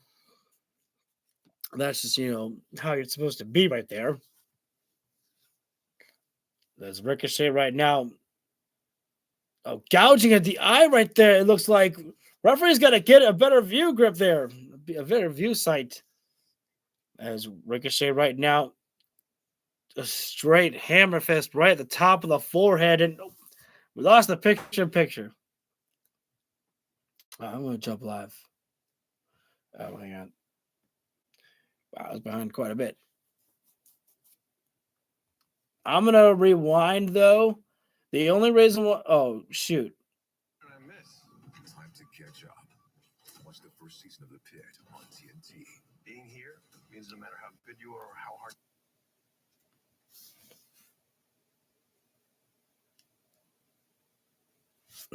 How far am I going to be behind? No. Shit. I may have fudged things up. Okay. I only wanted to rewind a little bit because the screen was getting a little bit blurry, and giving some time to make sure that, to be a little bit behind allows the picture to be more clear for me. Austin has been just pounded by the champion here. It has Ricochet been all right now Ricochet. going corner to corner, but no, we were trying for a drop kick there. Ace Austin with the move. Certainly looks like it. A terrible A miscalculation. bad land there for Ricochet. Practically laid on the back of his neck after missing that drop kick. Just watch this. No water in the pool, and right as I said, very vulnerable place, but Ricochet back to his Ace with the lariat. You're right, just Keep it going right now, Austin. And now Into the midsection now, kick to the chest. Russian leg sweep there. And the leg drop on the drop down there. Keep the pressure on right now, Ace. Keep it up there. Ace needs to get back to the attack. There you see the champion in the corner. Nice Ace there. Running in. And Ace. another one there, right in the corner. Rapid fire. Ricochet tried turning himself around there. That didn't do you any favors. Ace Austin is pumped up. Ricochet pulling the Ace, official oh, in wait. front of him to Totally ought to try getting involved right now. And these plans are failing. Boy, Ace had to fight off that time. Leona. Springboard up there. And nice. Oh, I couldn't tell if it was a crossbody or a lariat. Either way, effective. Get the guns out there. Austin's against it here. Gut wrench. Powerbomb there. Nice stack up there by Ace. And so close to getting that victory there. To being crowned the new national champion. But last night, Tony, that Dr. Bomb, that was where the match turned in Ace Austin's favor. It could be a sign, a harboring of things to come for Austin, Nigel, as he looks Ace to right cross the now. finish line and become the next AEW national champion. Set up for the fold, perhaps his finishing maneuver. Absolutely. Out of the way. Forearm there by Ace Austin. Calls it the fold. Fireman's carry by Ace. No, Ricochet. Comes out with an ace. Here we go. Okada roll there. And but no, got a two he really had the tights there. Don't fake it. Oh my Jesus! Drop kick, kicking down on the chest. Man, that drop kick by Ricochet just kicked the soul out of Ace Austin there. Of the demand. Innovation, adapting on the fly. The national champion. If I'm Ace Austin right now, I'd probably think about getting outside the ring for a moment. Actually, maybe don't get outside the ring because there's no safe place. You've got the gates of agony out there, and you got Ricochet inside the ring. Ace Austin trying to get to his feet. Loading up the gun right now. The champ's calling for the spirit gun. Spirit gun, Ace ducked. Didn't get him. Backslide, trying for the backslide pin. Ricochet holds his base. The champ over. Suplex, nope. Ace, wait, now Back Ricochet. and forth, these two men go. Another suplex, wait, small package. Just keep it going. Almost again. So close. Wait. And again. Kick there by Ricochet right to the arm there. The champ. Time for another suplex there, and now Ace puts Ricochet top city there. Try for here. And literally holding on while he's walking up there. Oh, gonna go avalanche superplex all the way from the tippy top rope right there. Gigantic superplex from the top of Ace, as you saw. Ace hurt himself a little bit there, but you know what? Ricochet took the worst of it. He got the champ down. Shaking the cobwebs. Time is now. Ace Austin. Oh, the bell ringer there. Shoots the half. The leg is hung. 1, 2. Oh, Ricochet popped that shoulder up there. The closest near fall for Ace Austin yet in this national championship match. Ace has got to think about the next move here. What he go for the same move might not work out here. Gotta know when to hold them. Yeah, he's going to the Ace in the hole. Oh, Ricochet pulled the referee right there. Oh, you smart Ace was wide. Ricochet wanted low blow. Still got Spirit Gun, though. That caught him. Ace off to it. Both hands to the face. And now the vertigo. And a package. Picked up 1, 2, 3. It's over. Man, Ace had the perfect timing right there. He caught Ricochet before he get him with a low blow there, but Ricochet had just enough time to get him with the Spirit Gun and then dropped Ace Austin down with a vertigo. Now Ricochet better take that championship. The nut flush, but River on the river. Ricochet Wait. was a bad beat that Austin couldn't survive. Oh, that's still.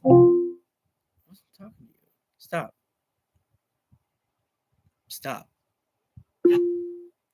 Like that. My echo wanted to be here. Ricochet soaking this. Wait a minute. Wait, what? No! What? Oh, you gotta be kidding me now. FTR going after Ace Austin here right now. Austin's helpless right now. Paying for the sins of his brothers. And here comes Bullet Club Gold right now. They ain't allow this to happen here right now. I had a feeling this would come break down here eventually. Oh, and a double low blow. Gun down goes. Uh-oh. Gotta be kidding me here right now. Wanted to touch the belts. Wait a minute. FTR said, you guys want our belts? How about you take them to the face? And then, boom! Line it up right there. The belts have been dropped by FTR. Look what's left in the ring, Ian. I don't want them to touch him. Remember what they said. They're at the end of the rainbow right now. There's a pot of... They weren't going to touch the titles until they won them.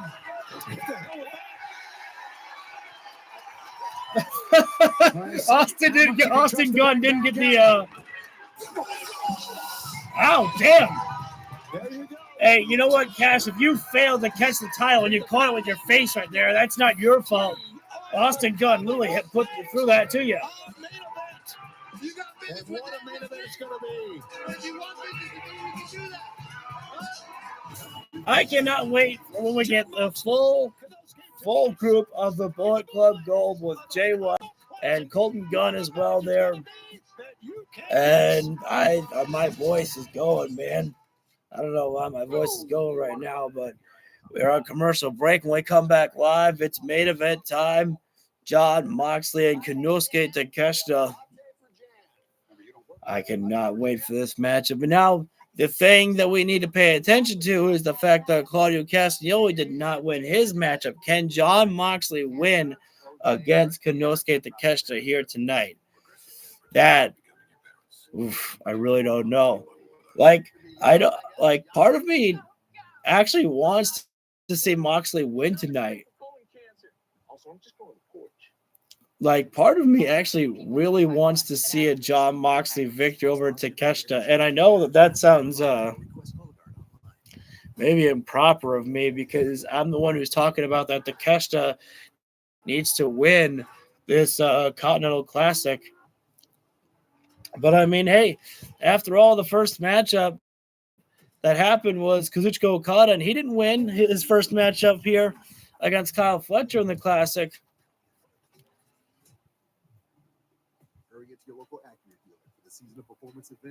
Moxley would have 3 points. He's got 3 points right now for beating Mascara Andrade. And he could get the total of 6 if he can defeat Takeshita here tonight. Claudio, I see Takeshita winning tonight. Mox has had his number since joining AEW. Like I said, I definitely think that Takeshita, wins tonight. But maybe the chaotic side of me is just, so curious to see about about seeing a Jon Moxley win. Oh my God! Even the Jeeps are realizing that people have their ducks inside the Jeeps. It's just something I see everywhere these days. I don't know, it's like a new trend, and yeah, I hope it never dies because that's actually a fun trend.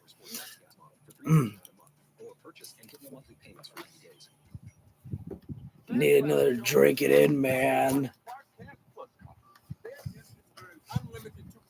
I want to jump live, but again, it's kind of necessary for me to kind of be a little bit behind on the stream of AEW because of the fact that, you know, I don't want a blurry picture if I'm live. I've been dealing with a blurry picture.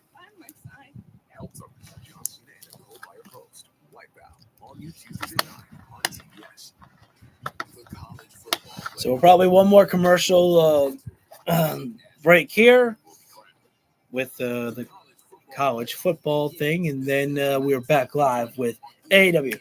But right? Yes, I am. In Collegian, it's a big one in the Blue League of the Continental Classic. Moxley, a former IWGP Heavyweight Champion, taking on the current IWGP Heavyweight Champion. And this, I'd have to imagine, might be one of the biggest matches in Takeshita's AEW career to take on Jon Moxley,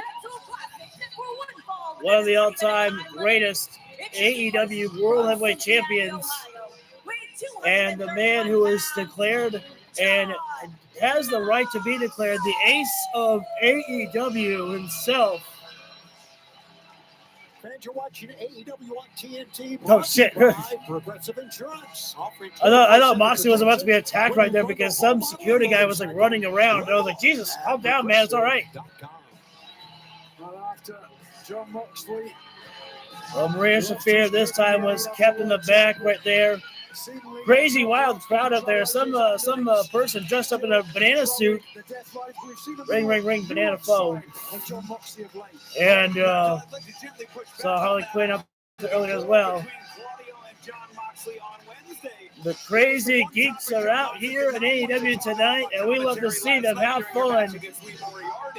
Moxley was very reserved. He shied away from that question, provided amazing analysis. You gotta wonder how Moxley has been feeling about this matchup. I do gotta imagine that Jon Moxley actually might be quite excited about this one here to take on a prospect as someone like Takeshita inside the ring.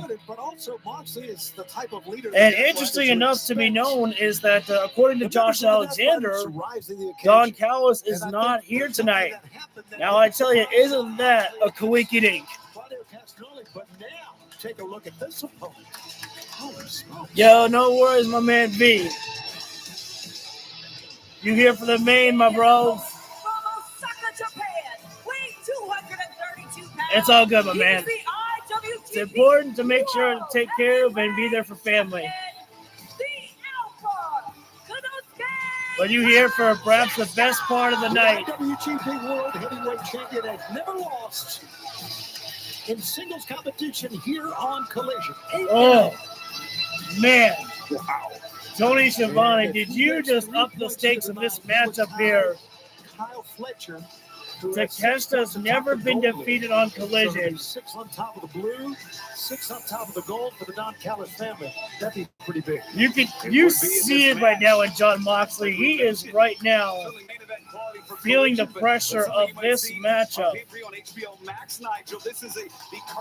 And right there, Konosuke Takeshita walking in cool as a cucumber. Meanwhile, Jon Moxley, Real dream match, no question. he's looking, I don't know if I want to say nervous, but he's looking very animated right now. An extra match, however, to get them. I bet I'll be bad luck commentary. Many people, I know, right? As a Scott would say, commentator's curse. Carter's title as the greatest tournament wrestler of his generation, and that This I do not know. To the contention, if you all I know is that Moxley, a former IWGP Heavyweight Champion, and Takeshita, the current IWGP Heavyweight Champion. It's his title. Oh, here we go. I'm so happy the fans are just excited because the holy shit chant coming out right now. Let's not grab, boys. Let's fucking fight. And Tony, they're going to grab. I've been told by our team. Watch out for the side headlocks. Until the 20 Something for you to know, my man, V, is that it's been a side headlock takeover night for the wrestlers here. We will stay with this match as long as we take Wait. our partners at time limit if we need to. So fans, we will. Here we go. And Tony, I've been told by our team that we will stay with this match until the 20-minute time limit if we need to. So fans, we will see. I thought the crowd was chanting Tony Khan. or a draw. We will stay with this match as long as we take. Maybe they were chanting both these guys. I'm not sure. HBO Max for that. Absolutely. I love that. Sometimes the winner gets 3 points. If there's sometimes the best thing out there is you just want to see a great freaking wrestling match. And look what he does afterwards. OC beat Roderick Strong. Yes, he did. Yes, he did. He lets Takeshita think about that, and in Takeshita's head, Mercedes yes, won her matchup. But immediately, And Claudio lost against Dorada. Wins by Orange Cassidy and Yeah, that one I did not see coming. Especially, dude, when I actually made the comment that I had the thought process that Claudio. That Moxley beat Dorada, and then I was like, what if Dorada beats Claudio? And then boom, he did. I was like, holy shit! As winners comes away She from did, Atlanta Wednesday, but and of course, I have a next week prediction, will be V. I in think she's going to lose the Cardiff, TBS Championship Wales actually soon. for I think she's losing it at World's End. special start I think she's losing that title. Coast to coast. Look at this, Moxley. I think that's the end I for don't know her. what Moxley's doing. She's there, working on a being downward defined as spiral, Moxley losing her always is, maybe trying to championships. get under the. And there it is, the side headlock takeover. He is not impressed. Lots of the side headlock takeover on Takeshita here. So many reasons. I guess it's just Moxley being Moxley, right? As Takeshita got the legs trapped around the head here right now. Get it off the mat a little bit. Obviously, reversing. Takeshita not really much of a technical wrestler, so Moxley's not really struggling in that aspect right there. Oh man, this is interesting that Moxley's got the legs trapped and his legs around the head of Takeshita. A double submission. And this is actually probably a best strategy there. Moxley knows that Takeshita probably has a better striking game than he ever could. And so best to take him on the mat there. I feel that one. Mercedes CEO downfall is in effect. Yep. Just like that people had predicted. She couldn't beat Statlander, and she's going to start losing more of her titles, I think. Solo tackle there right now. We just bounce it back and forth here right now to see which one of these guys will go down here. Oh, and Takeshita, he gave up the solo tackle and said, boot away. Takeshita with a flying lariat there. Oh, dude, what the hell? January residency in Arlington, Texas. Well, throughout the month I guess of I got nowhere to go this year. Collision Live tickets, the AEW Oh, yeah, now Moxley may have tweaked his leg right there. Remember, the ankle of Moxley was injured in all those matches against Kyle O'Reilly. O'Reilly's ankle. Shot there, and unfortunately, though, Moxley. Oh, kick right to the knee there. And that one right there is exactly what Moxley did not want to give away. He didn't want to show weakness to Takeshita right there. Because Takeshita, like I said, he may not be a technical wrestler, but if you give a wrestler an opportunity, if you give a wrestler an opportunity to see that you're hurt, he's going to target it.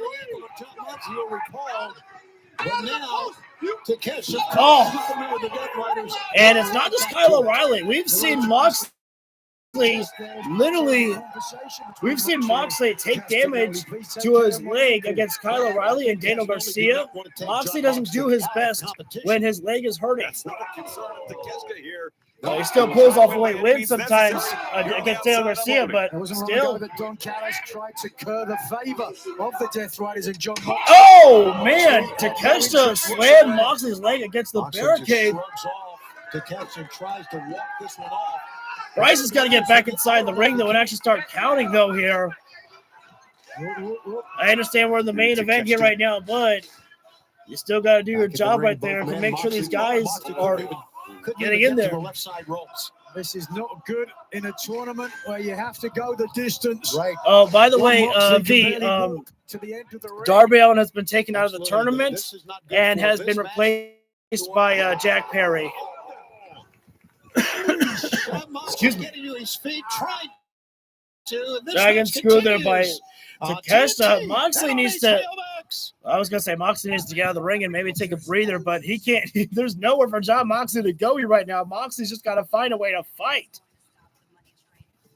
As right now we're in picture-in-picture break here right now.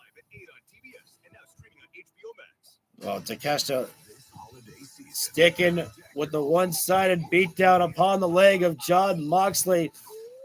Stepping on that leg there.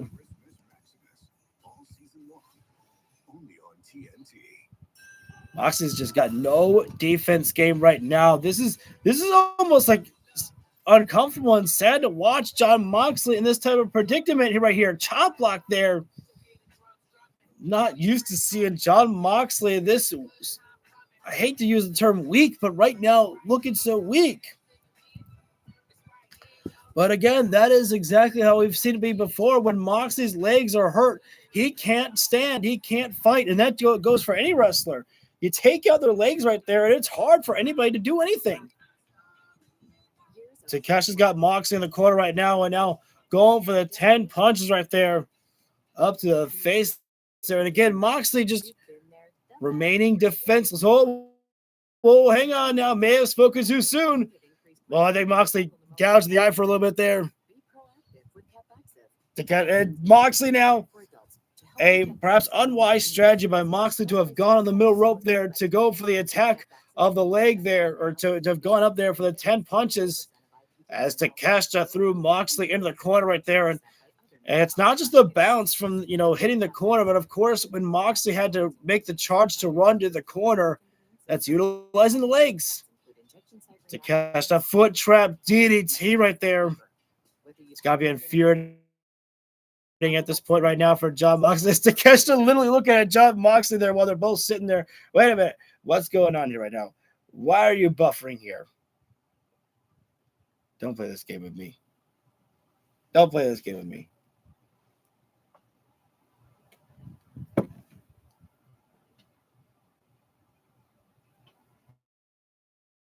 We're in